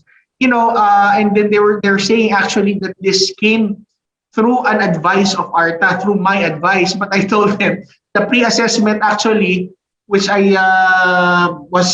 mentioned during our visit and discussion, is a 5-minute pre-assessment. It's just a 5-minute perusal on whether your documents are complete or not. Not a 2-week, not a 1 month, not a 3-month pre-assessment before they accept it, because I don't think that's a pre-assessment if it takes 3 months. So that is one of the step that they really have to remove, and we have already recommended for them to just not include that anymore. Second is on the automatic renewals, as I've mentioned, circling.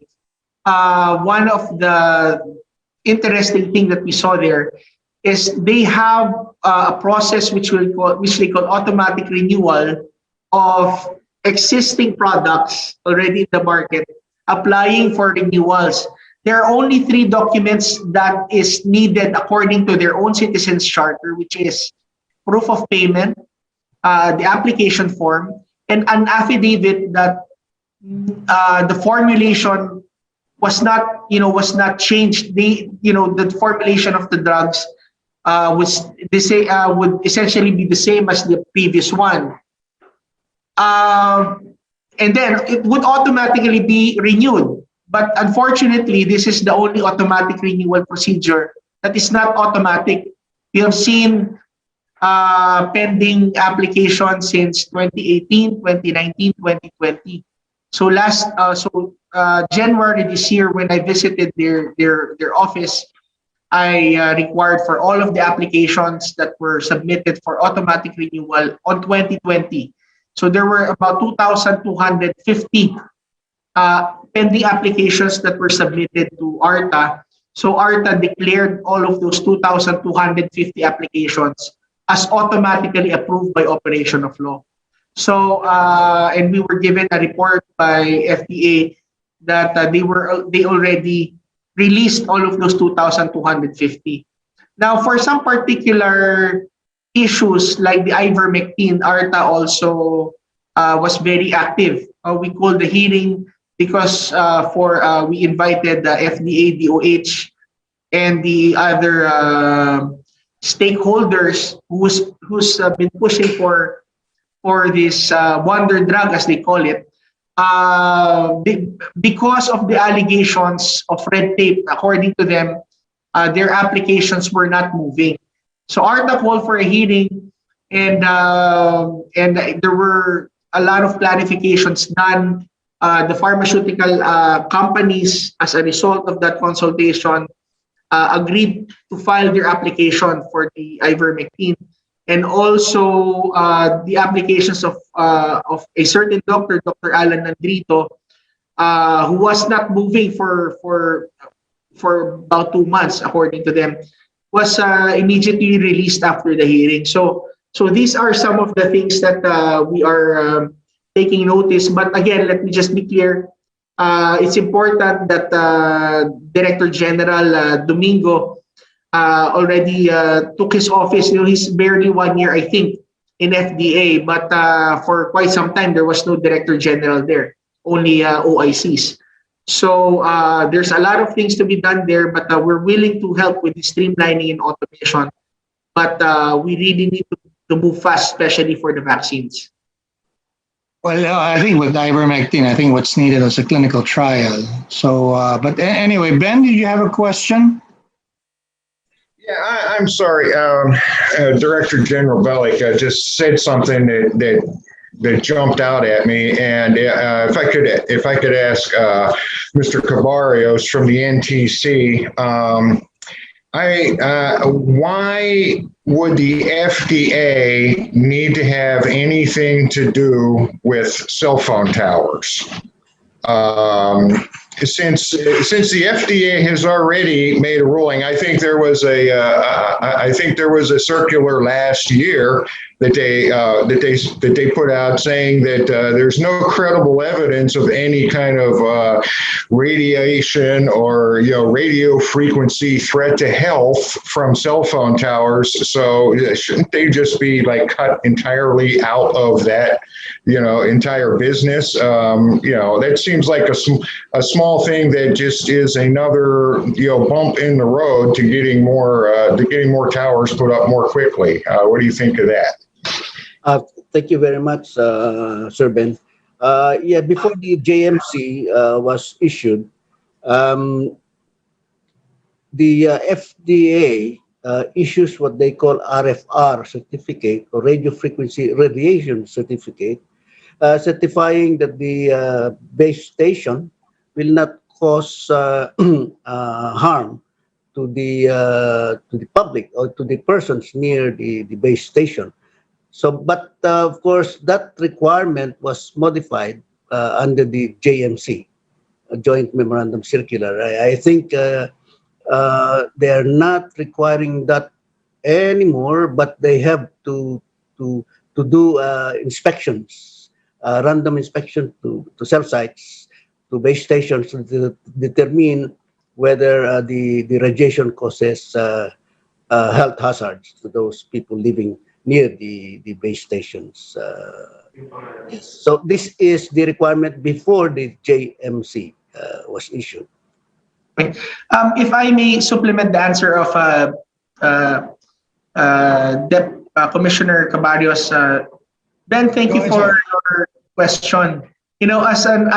As the anti-red tape czar, I really found it a bit absurd at first when I learned about the participation of FDA, because actually the name of FDA is actually a misnomer, because it does not include only food and drugs.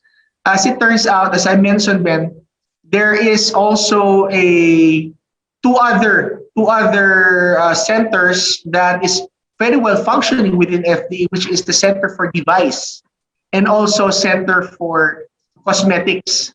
No, and this Center for Device and Center for I could, it could take us a separate seminar just to talk about these two centers, because the Center for Cosmetics are the ones also being raised as a problem by some of the school suppliers and manufacturers, because they also try to regulate or over-regulate them. But that having been said, the mandate for the Center of Device, when it comes to the radio frequencies, is still being rooted from a presidential proclamation, I believe, during the time of President Marcos, which actually created the center.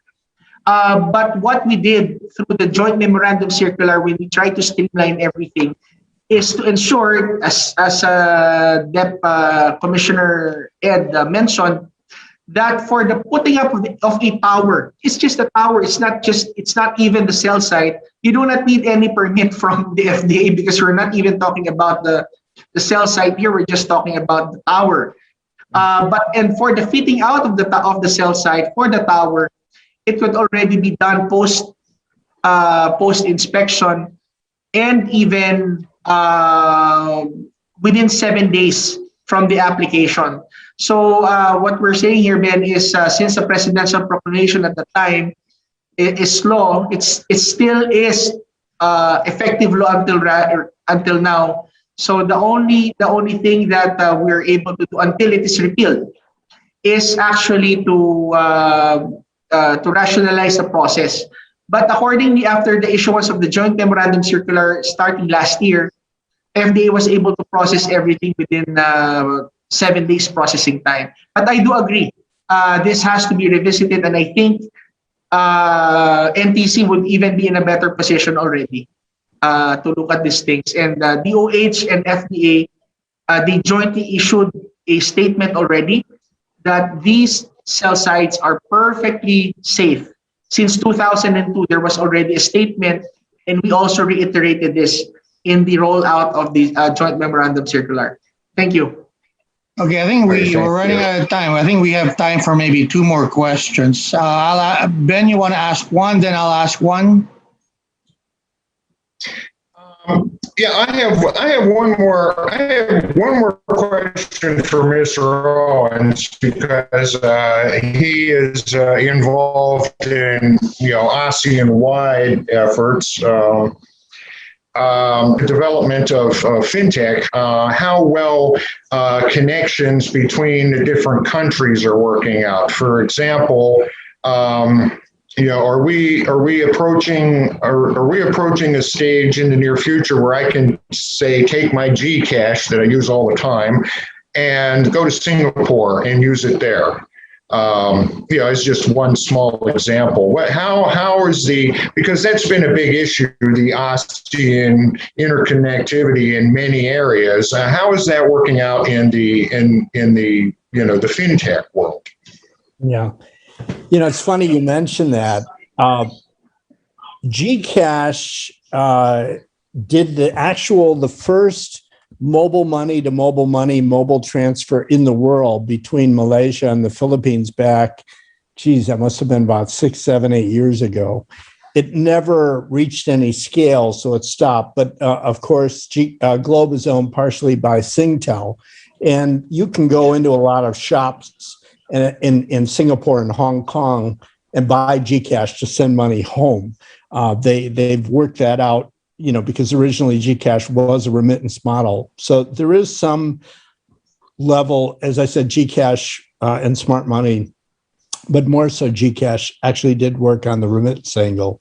In terms of interconnectivity between the different wallets, at least in this region, we're seeing it in Africa, but less so in this region, little bits and pieces. Those companies that Singapore Telecom has a connection with, I suspect soon, because of Ali Ant Financial's major investment in Gcash, you're going to see Ant using, because Ant has investments throughout all of the e-money platforms, the major ones all across Southeast Asia now are partially owned in many ways by Ant Financial.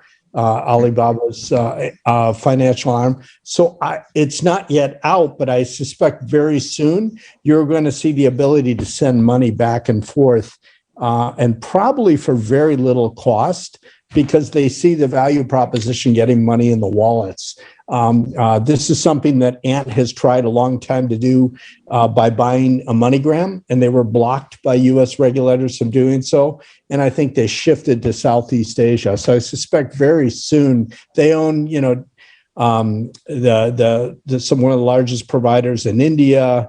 They're now investing in Cambodia and in multiple markets all across Southeast Asia. They own Lazada. So Lazada had a Hello Pay a wallet, and I think they've converted that to Alipay. So I think we're going to see the Chinese having the ability to connect a lot of these markets, and Gcash will be part of that because of the connection. Thanks, Mr. Owen. My last question, I'll address this to Depcom Cabarrios, but maybe after his comment, Mr.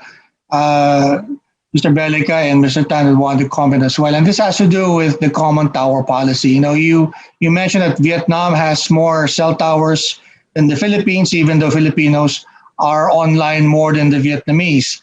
In our previous forum, we mentioned that, our guest mentioned that the Philippines may need as many as 50,000 more cell towers. I was wondering if you can comment on that common tower policy. Is it being entertained by government? What is the alternative if it's not? And then, as I said, maybe Mr. Tan and Mr. Belgica can comment after DEPCOM. Sir? Thank you very much, Sir Dante. Yes, I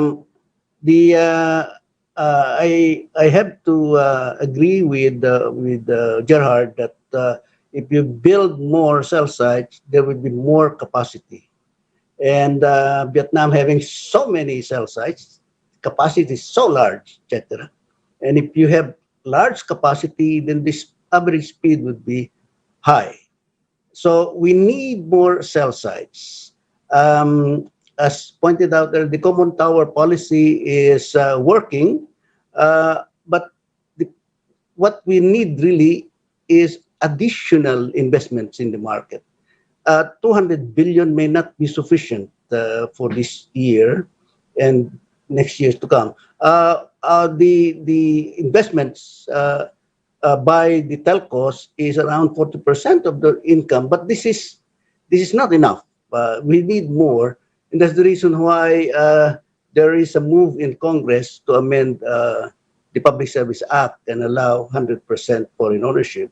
And there is also a move in Congress to liberalize access to telecoms infrastructure, and they call it open access to data transmission. If this will be passed into law, then we can attract more investments. We need more investments, and of course, we need also the government to invest more, because there will be areas in the Philippines that private investments will not be there.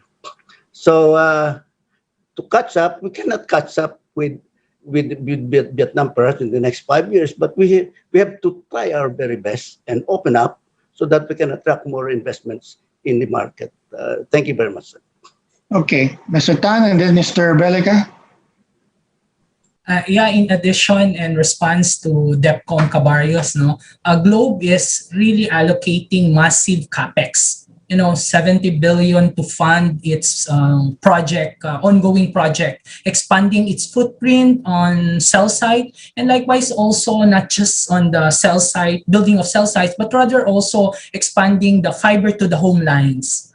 So we're targeting more and more customers to be wired up with fiber to the home. So this is something that really in support to the government's mandate in terms of improving the customer experience on internet connectivity. All right, final words from DG Belgica.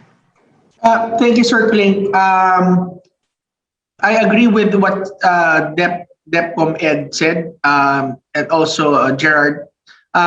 Some things that I would need to highlight, some of the things that I learned during the course of our, calling the GMCs. the common tower program is very important because if we have right now 17, 18, or even 20,000 towers available, if you convert all of that into a common tower, if it's even possible to convert some of the single-use towers to common towers, then that would increase also already, the networks.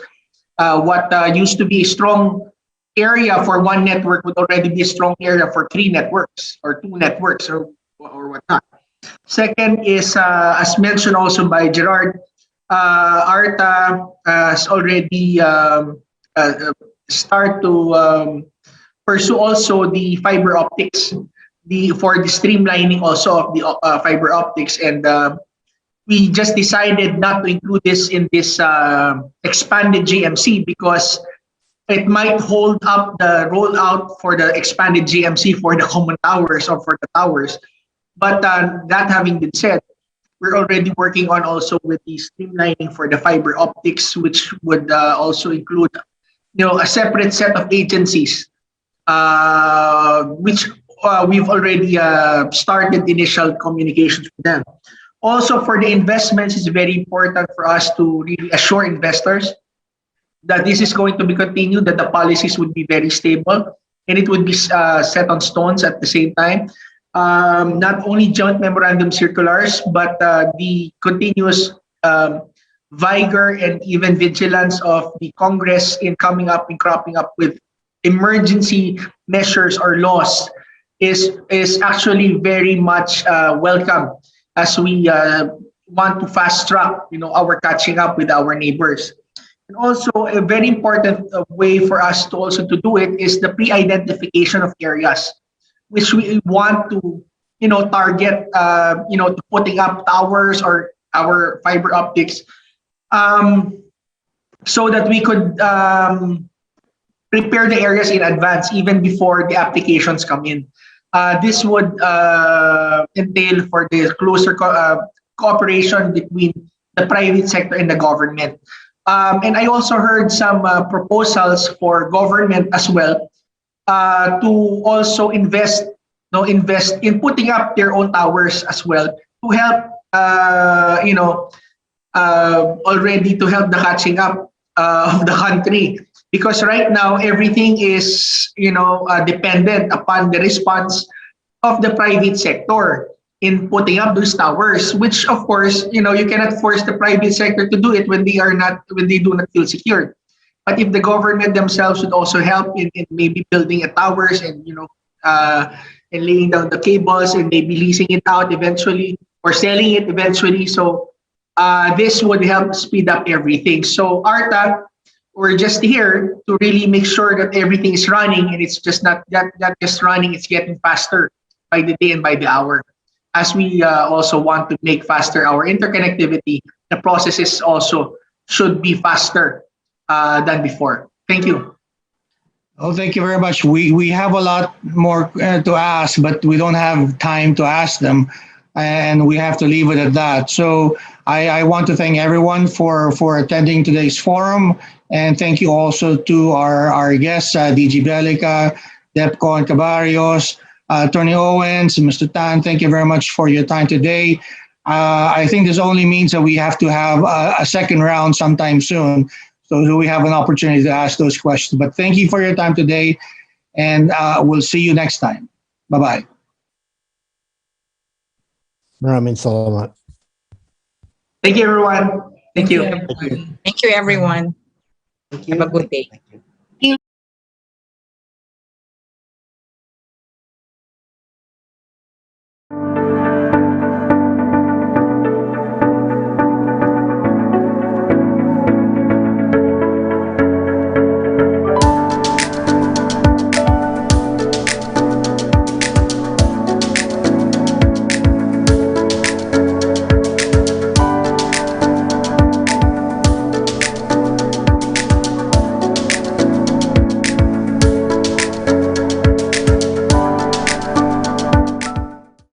With just one step, ang daming posible. A step can lead to a walk, then a run, and even a climb. magugulat tayo na ang layo na ng narating natin. With Globe, our steps can lead us to millions of doors opening, millions of paths unfolding, and millions of reasons to keep going. Take the step with a network that gets better every day for you.